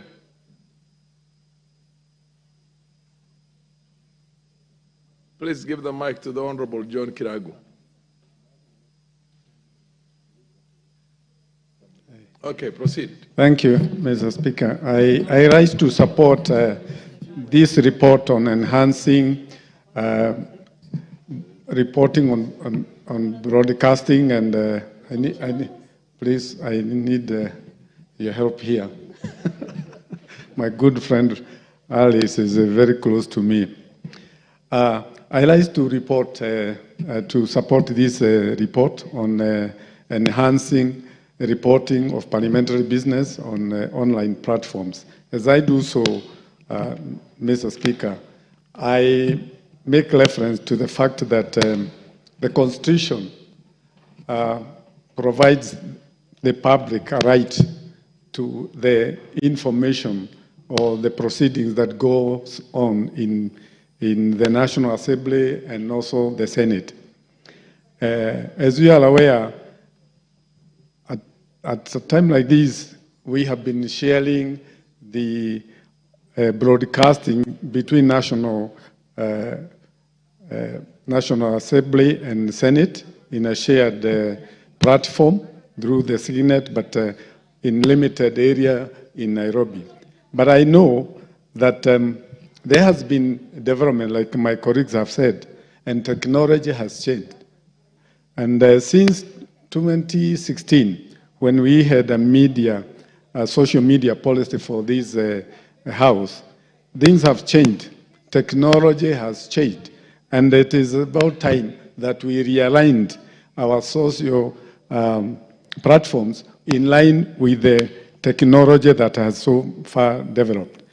As my friends have mentioned, there has been TikTok, Facebook, the YouTube, and all these platforms have been used within the Parliament and outside, but it is about time that we reviewed as to how we have been utilized. The numbers don't show that we have been utilizing the platforms that we have. If you look at the numbers in the YouTube, you find, Mr. Speaker, that we have not been actively involved. But I want to acknowledge the support that our committee of broadcasting and library service that has received when we were discussing this report, particularly from the ICT committee and the Parliamentary Service Commission, the personnel from Kenya Broadcasting Corporation, who are contracted to cover the proceedings of this House. their contribution really helped us to put up some specific recommendations. And these recommendations, Mr. Speaker, are directed to making sure that we align this parliament with other parliaments in the world, that we cannot afford to be left behind in matter of disseminating information to the public. And Mr. Speaker, we also noted that people know about what happens in Parliament by the covering they get, particularly on plenary sessions. But, Mr. Speaker, you know a lot happens within the committees, and they are not covered adequately. We know that the activities of members of Parliament are not only restricted within the premises of the Parliament, that each one of us has an office out there in our constituencies. And these constituencies also carry parliamentary duties, whether we are giving bursaries or providing services to our people. So we are providing guidelines to make sure that whatever happens on our constituencies, it is also covered. And for that reason, that's why we are calling for a review of the social media policy. But quickly, Mr. Speaker, we are saying that we need to review quickly on our social media policy within 6 months, that we need to review our website to make sure that we align it with the activities that we have. And this we are giving it some 3 months. We develop guidelines, packaging and of the content, and within 6 months, review parliamentary social media. Limuru, proceed. I'm giving you an additional... And that we can have a social policy to include provisions of publishing members of parliament information to make sure that within 6 months that we can adopt a reviewed report. Mr. Speaker, we can develop guidelines for the designation of one staff in our constituency among the existing staff to make sure that the content that comes from the constituency and it is transmitted to Parliament is one that is not fake, that it is traceable, and that we have somebody qualified to carry that responsibility. We can ensure that the Media Relations Department provides a structure for media coverage and verification. And this, Mr. Speaker, we think that we can also do it within a very short time. I want to say and emphasize what has been said. We must allocate resources to ensure that all the things that will be necessary to enhance the social media platforms are funded adequately. Mr. Speaker, you know, even with the gadgets that are here, not all of them are working when we need them to work. And I think it's so important for us to make sure that resources are provided so that we can support the platforms that we have, and we make sure that as a country and as a parliament, that we cannot afford to be left behind by the rest of the other parliaments around the world. I thank you. Well, there being no interest, and I will call upon the mover to reply. Where is the chair for the... I'm here, Speaker. Where are you? Oh, yeah, I am here, Speaker, there. And... Honorable Nanok. Yes, Mr. Speaker. Proceed now, and you reply. Thank you, Mr. Speaker, for the opportunity to reply to this motion. But, Speaker, allow me to donate some of my time to one of my members here who wants to speak to the motion. Kindly, if you can allow that, Mr. Speaker. Oh, yes. I mean, I give it's just that we did not have any registered interest in here. Mheshimiwa George Gachagua. Proceed, Honorable Gachagua. Next to me here. Thank you. Thank you, Mr. Speaker.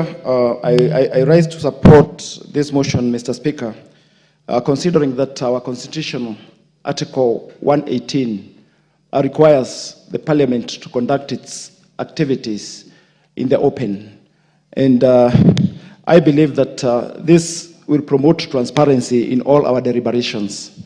Mr. Speaker, the online platforms will enhance visibility of the works being done by the members of Parliament, inside Parliament and in the committee meetings. Mr. Speaker, the online platforms will capture a lot of attention from many Kenyans, and I believe that once it is undertaken, a lot of Kenyans will be in a position to actually even comment on what we shall be doing here. It will also enhance public participation, because it has been realized that most Kenyans don't know maybe what goes on inside here.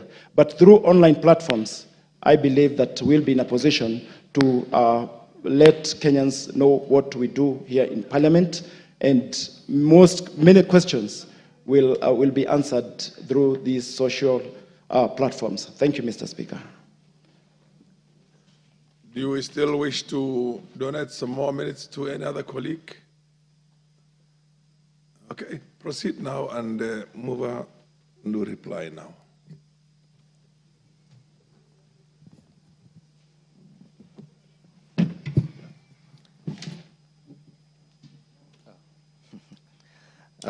Thank you, Mr. Speaker. And from the onset, Speaker, I wish to register my appreciation and gratitude to the members of the House who have spoken in support of this motion, seeing how important this motion is to this House or to Parliament generally. Mr. Speaker, the members have pointed out the contribution that this motion can make in terms of improving the visibility of this House, the public participation enhancement that will be seen in the public if this House can adopt or will adopt this motion. And Mr. Speaker, some of the members, of course, one of the members who has contributed here today, of course, has cautioned us on the question of the cost of upgrading the online infrastructure in Parliament. And the same, of course, has also been rebutted by the importance of investing in this infrastructure. And Parliament of Kenya, Mr. Speaker, is in a position and is able to plan for this online infrastructure in a staggered manner so as to achieve the intended goal. Mr. Speaker, the world of technology is moving very fast. This has been observed in communication, and therefore we cannot afford to be left behind, and therefore we have to move along with the current technological improvements as a Parliament. And most importantly, Mr. Speaker, online platform reporting, Mr. Speaker, will give us the platform to say our own story as Parliament. And this is the gist of this report. And therefore, Mr. Speaker, I do not want to belabor the points that the members have made here in support of the motion, and therefore would ask that this House supports this motion so that we can move on with what needs to be done to help us improve our online reporting. I want to thank you, and I move. The question will not be put today. The chair directs that we will find an appropriate time when the question is going to be put. For now, it's deferred. Next order.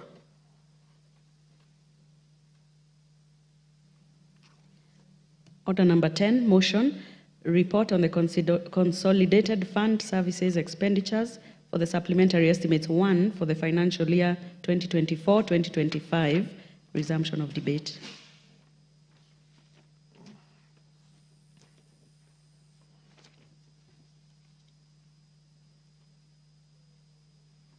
I don't see any interest. I'm looking at my screen here. Beatrice, is this an old request you made, or you intend to contribute on the... It's old.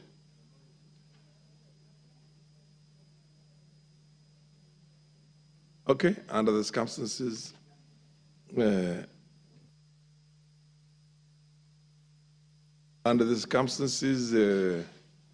have to call on the mover to reply. Where is the mover? Is he in the house? Is the mover in the house? So then, next order. This is also now deferred to another date. The next order.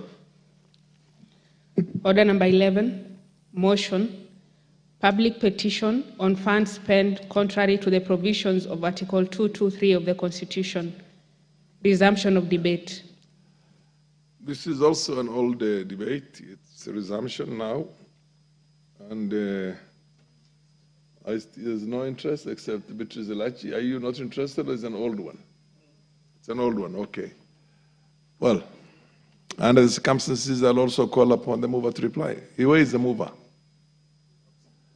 The mover is not in.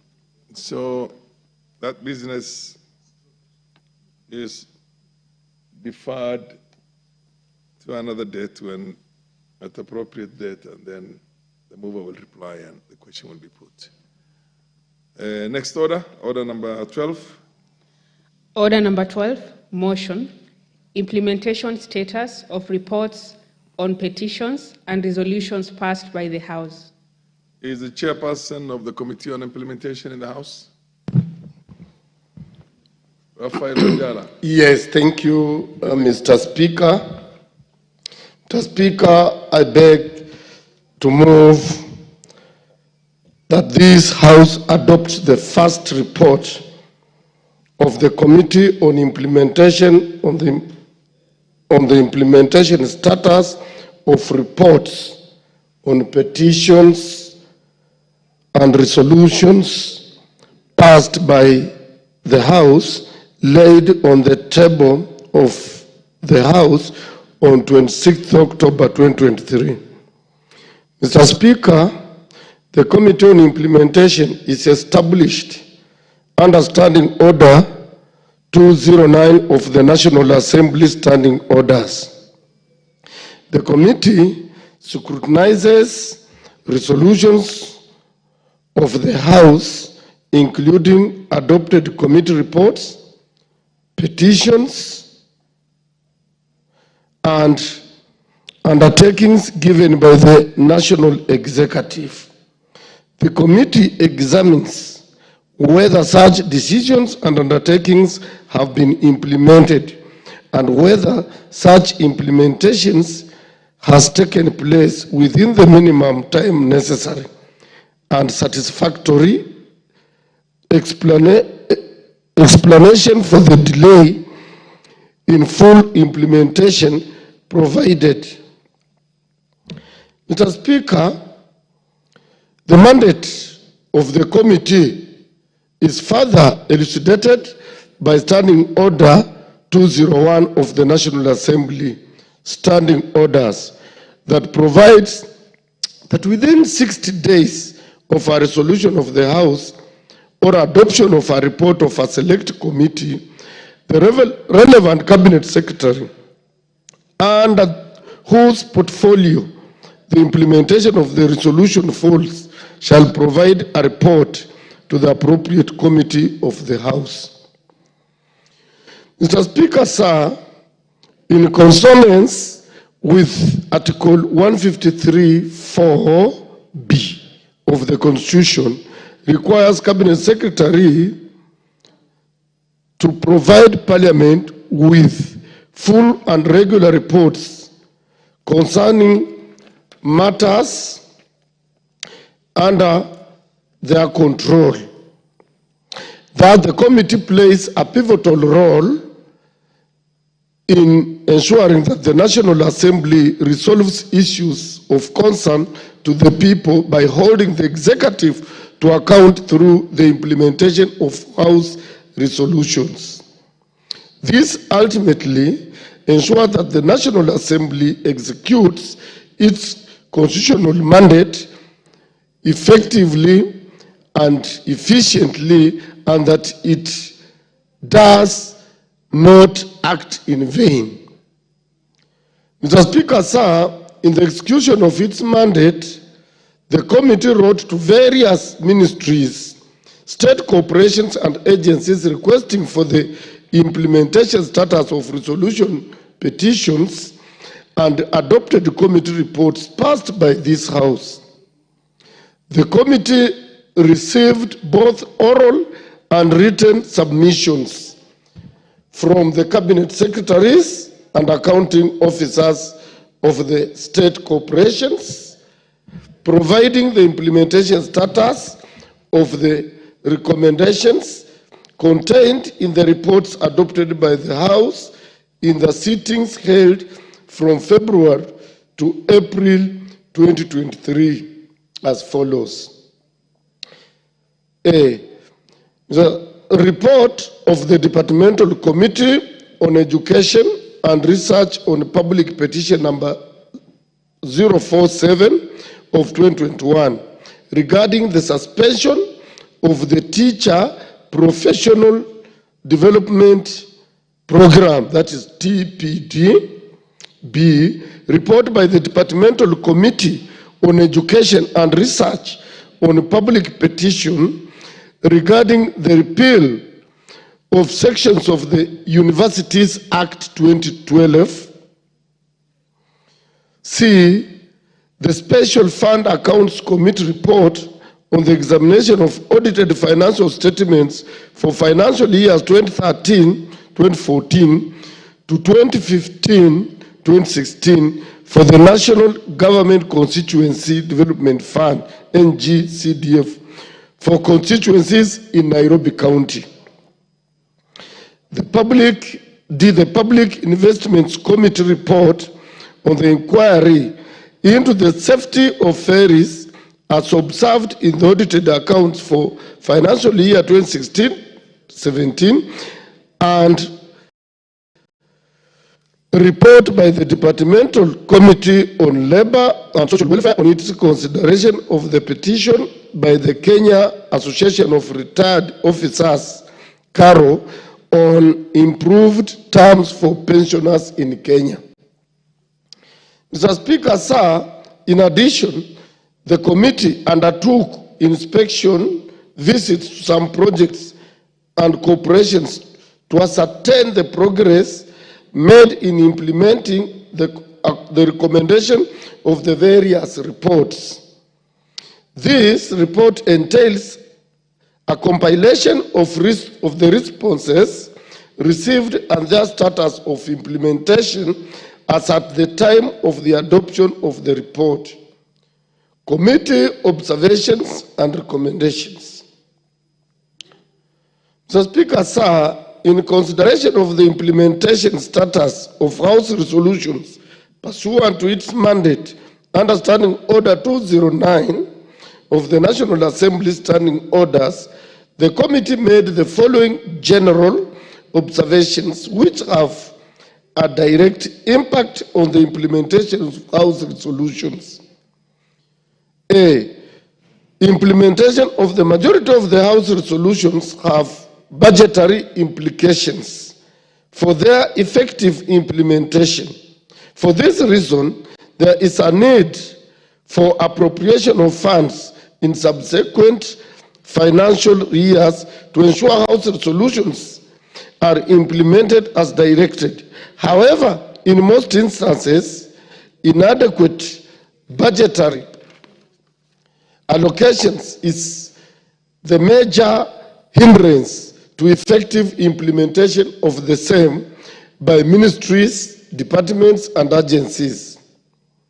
B, There was no adequate budget allocated to the ministries and agencies to implement some of the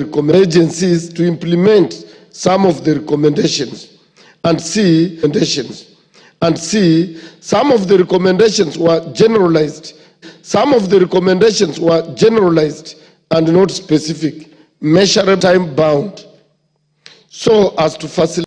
Mr. Speaker, sir, in time bound, so as to facilitate. Mr. Speaker, sir, in order to address these challenges, the committee made the following general recommendations. Yes, that is Ministry Department implications in the subsequent financial year budgets for effective implementation. That accounting officers of MDS should incorporate House resolutions in their work plans for effective and efficient delivery of the implementations.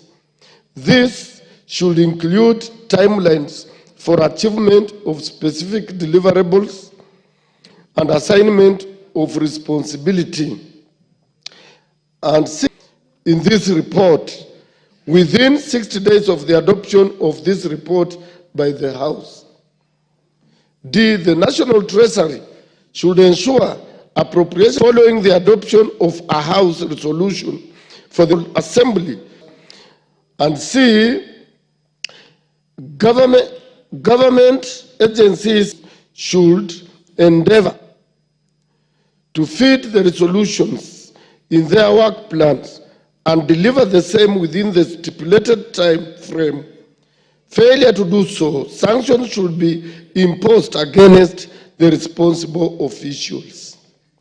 Mr. Speaker, sir, those observability, management,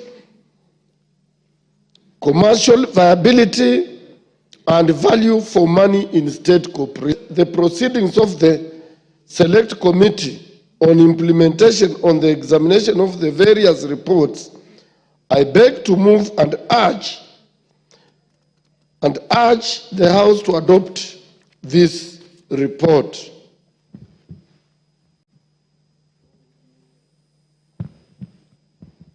Koimburi is here, I can't trace him.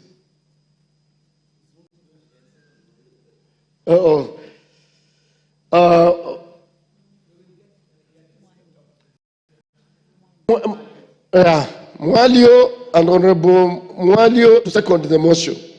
Thank you, Mr. Speaker. Honorable Mwalio, proceed.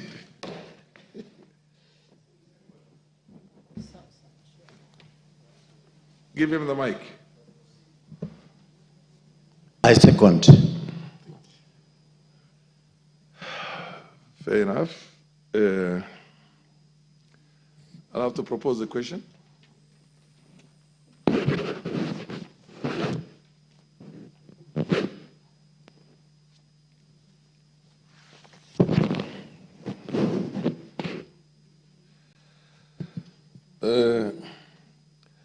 Honorable members, I now propose a question that this House adopts the report of the Select Committee on implementation and its consideration of the first report on implementation status of reports on petitions and resolutions on the table of the House on Thursday, the 26th of October, 2023.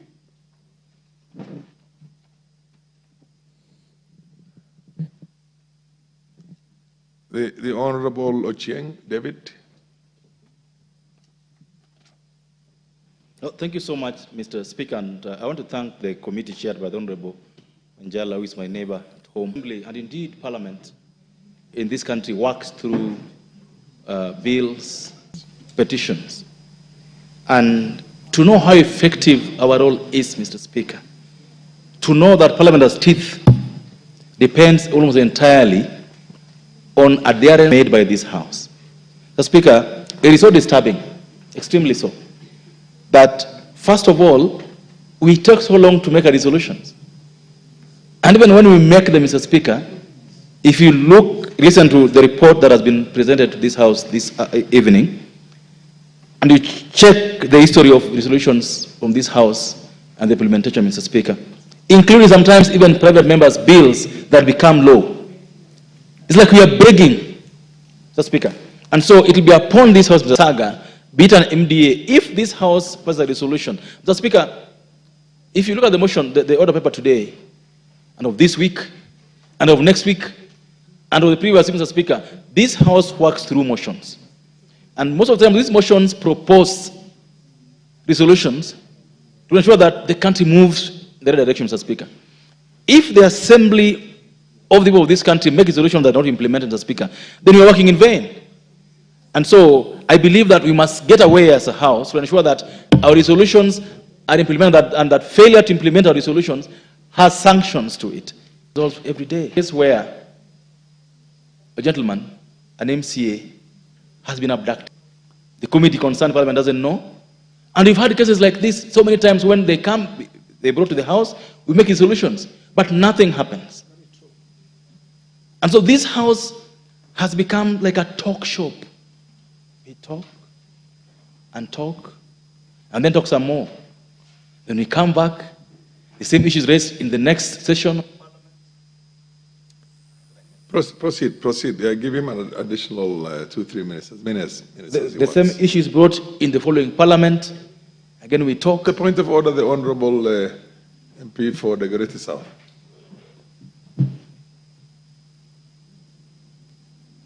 Mr. Speaker, as you would know, I would be very hesitant to interrupt the Honourable Member for Ugenya when he's debating, because you know the quality of his debate. And you can even tell from his contribution how important this motion on agenda number 11, which is the motion on public petitions on funds spent contrary to the provisions of Article 22, a very important, sorry, we are now on the reports on petitions, Mr. Speaker, a very important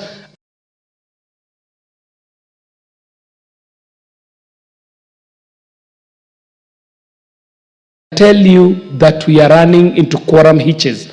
As we speak now, if you look around the House, Mr. Speaker, I would like to bring, we are debating such an important matter that is before this House, Mr. Speaker.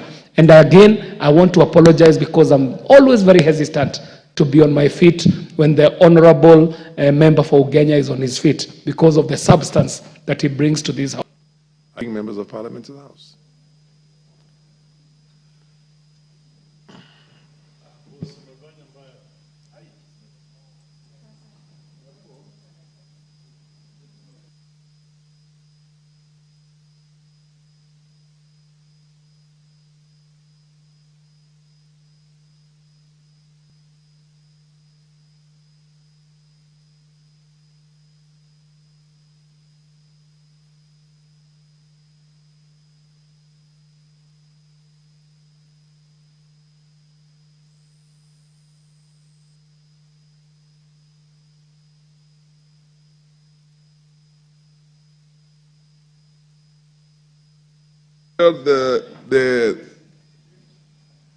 The quorum bell is being rung.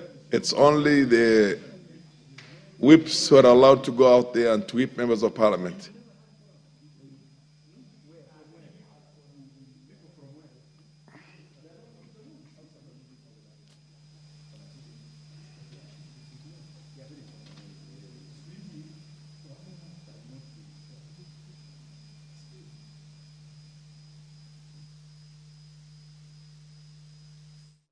Over this afternoon is in progress, and that is the quorum hitch has been raised by the Honourable Member John, who stood on a point of order to alert the Speaker that Standing Order number 35 indicates that if at any time after the chair is taken or when the House is in committee or a member objects that there is not a quorum present, the Speaker or the chairperson shall count the members in the House or the committee as the case may be. And in this case, it is the House. Standing Order 35, paragraph 2 indicates that if on the count under paragraph 1, that is if a point has been raised, that there is no quorum and there is a count, A quorum does not appear to be present. The Speaker shall cause the division bell to be rung as on a division, or if no quorum is present at the expiration of the 10 minutes. Remember, what we have seen right now is that, and currently the Speaker for this particular time has directed that the quorum bell be rung for 10 minutes, also directing the whips in the House to do their role or to undertake their role of whipping members who may be within the precincts of Parliament but not inside the chambers to do right that. Also, the Speaker directed that no member other than the whips should walk out of the chamber. Of course, remember the House is looking for members to be inside the chamber, so if at any point any other member who is inside the chamber walks out other than the whips, then that would correct for the House to proceed with its business. At the expiration of the 10 minutes, if the Speaker is in the chair, the Speaker shall adjourn the House until the next sitting without question put. So as the 10-minute quorum bell during the proceeding of the House continues, we hope that the quorum will be achieved. If not, then the House shall adjourn until the next sitting. And before the quorum, the lack of quorum in the House was raised by the Honourable Member. The member for Ugenya, David Ochieng, was on the floor of the House. That is Honourable Sabina Chege. Of course, she's just walked into the chambers. Before that quorum hitch was raised by the Honourable Member John Kerie, the member for Ugenya, Honourable David Ochieng, was on the floor of the House. At this point, the business that was being transacted was consideration of the motion on the implementation status of reports on petitions and resolutions passed by the House.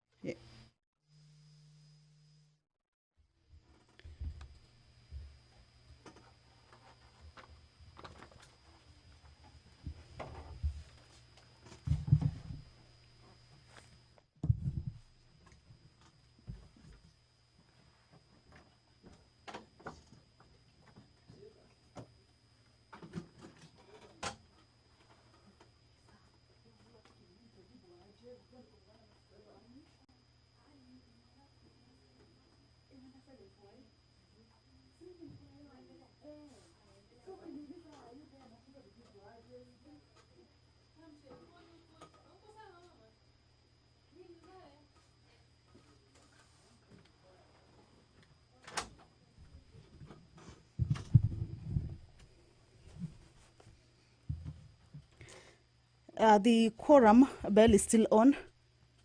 And remember, this is a quorum hitch during the proceeding of the House business and pass on to the House Standing Order number 35.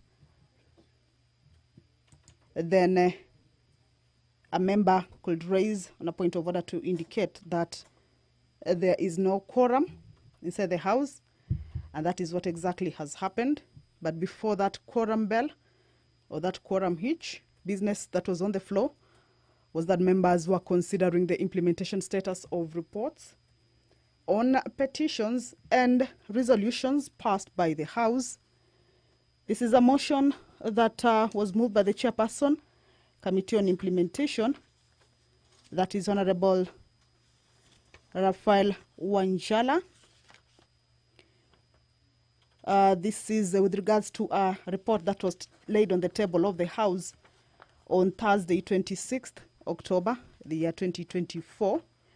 And members had begun considering or debating weighing in on this particular motion, with the member for Ugenya, Honorable David Ochieng, taking the floor and indicating that the resolutions of the House ought to be implemented, that there are a number of reports and even concerns that are discussed by the House, and resolutions are usually made, but implementation, as he indicated, said some of them are not implemented, and that then begs the question of the whole point of making resolutions for various concerns, whether it is about ministries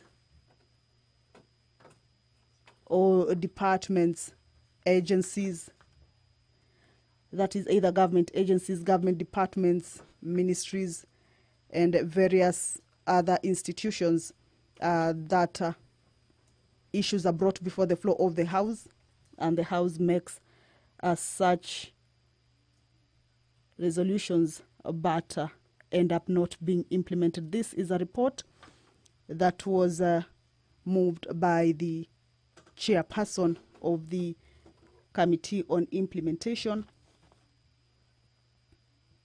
that is Honorable Raphael Wanjala.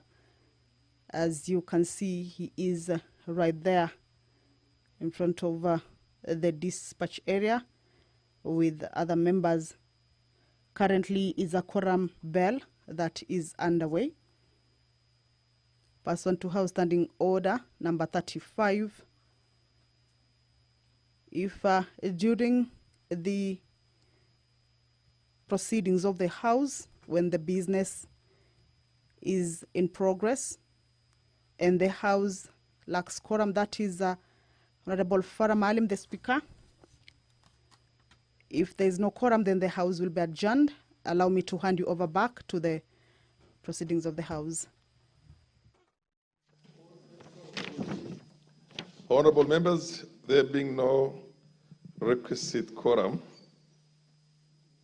and the time being 5:38 p.m., this House stands adjourned until Tuesday, the 24th of September, 2024, the year 2024, at 2:30 p.m.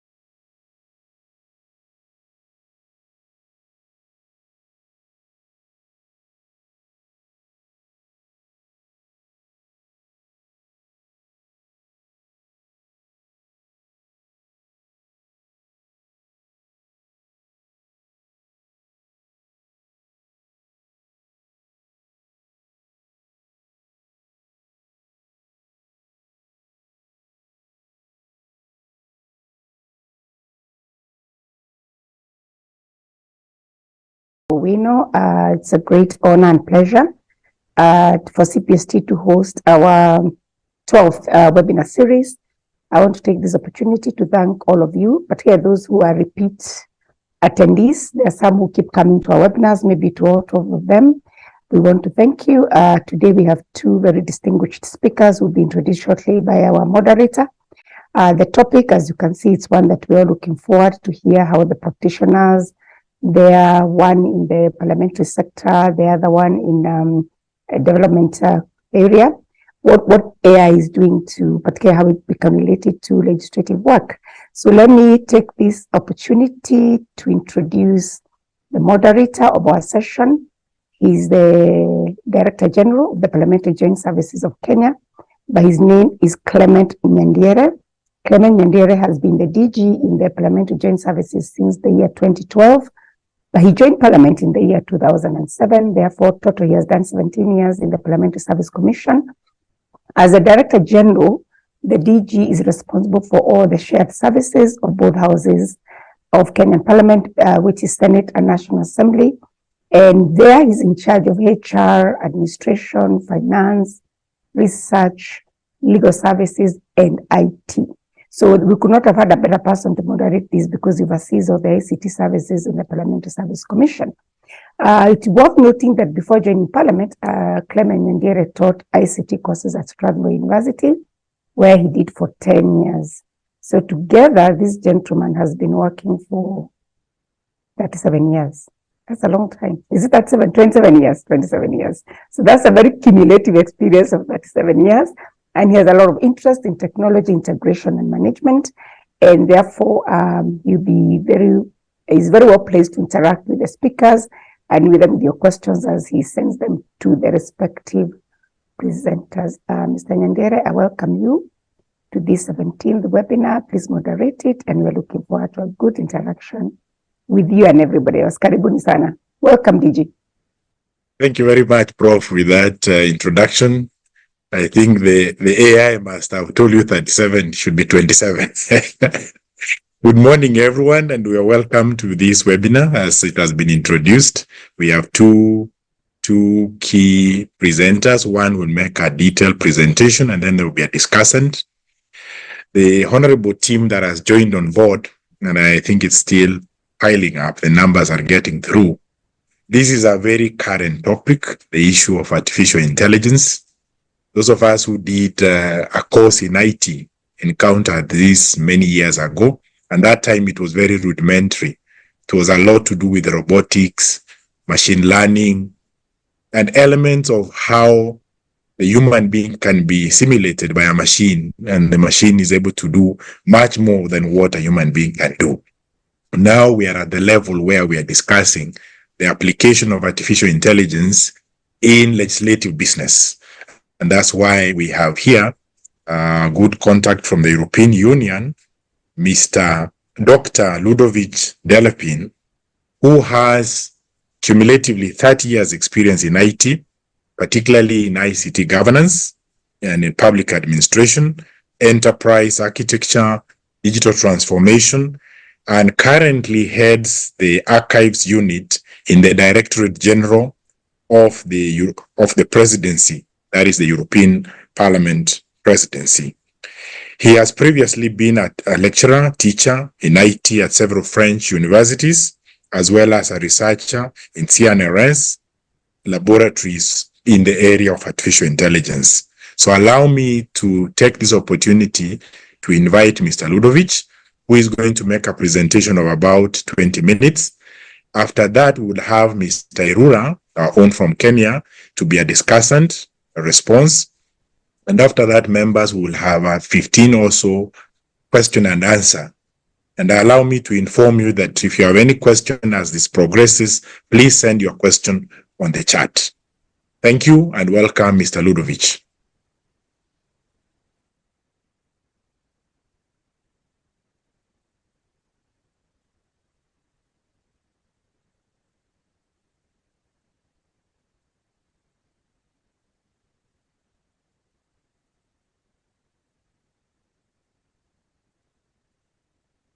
DG Ludovic is mute. You could unmute. We can't hear you. Ludovic, if you can unmute and present, please. Thank you very much. Thank you very much for the introduction. My name is Ludovic Delépine. I'm the head of the Archives unit, and I'm also the co-chairman of the IT Governance Hub from the Interparliamentary Union. And I would like to introduce you some experience we had in the domain of artificial intelligence within the European Parliament. As mentioned before, I'm currently leading the archives of the European Parliament, and the archives are composed of all documents that have been produced and received by the European Parliament since 1952. So it represents something like 5 linear kilometers of paper files documents, around 5 to 6 million records of documents, and 2 gigabytes of digital documents that have been produced or received. So we have quite a huge collection, and something that artificial intelligence likes a lot is data. There's a lot of domains that you can apply artificial intelligence since you have a lot of data, and when you have millions of documents, this means that you have a lot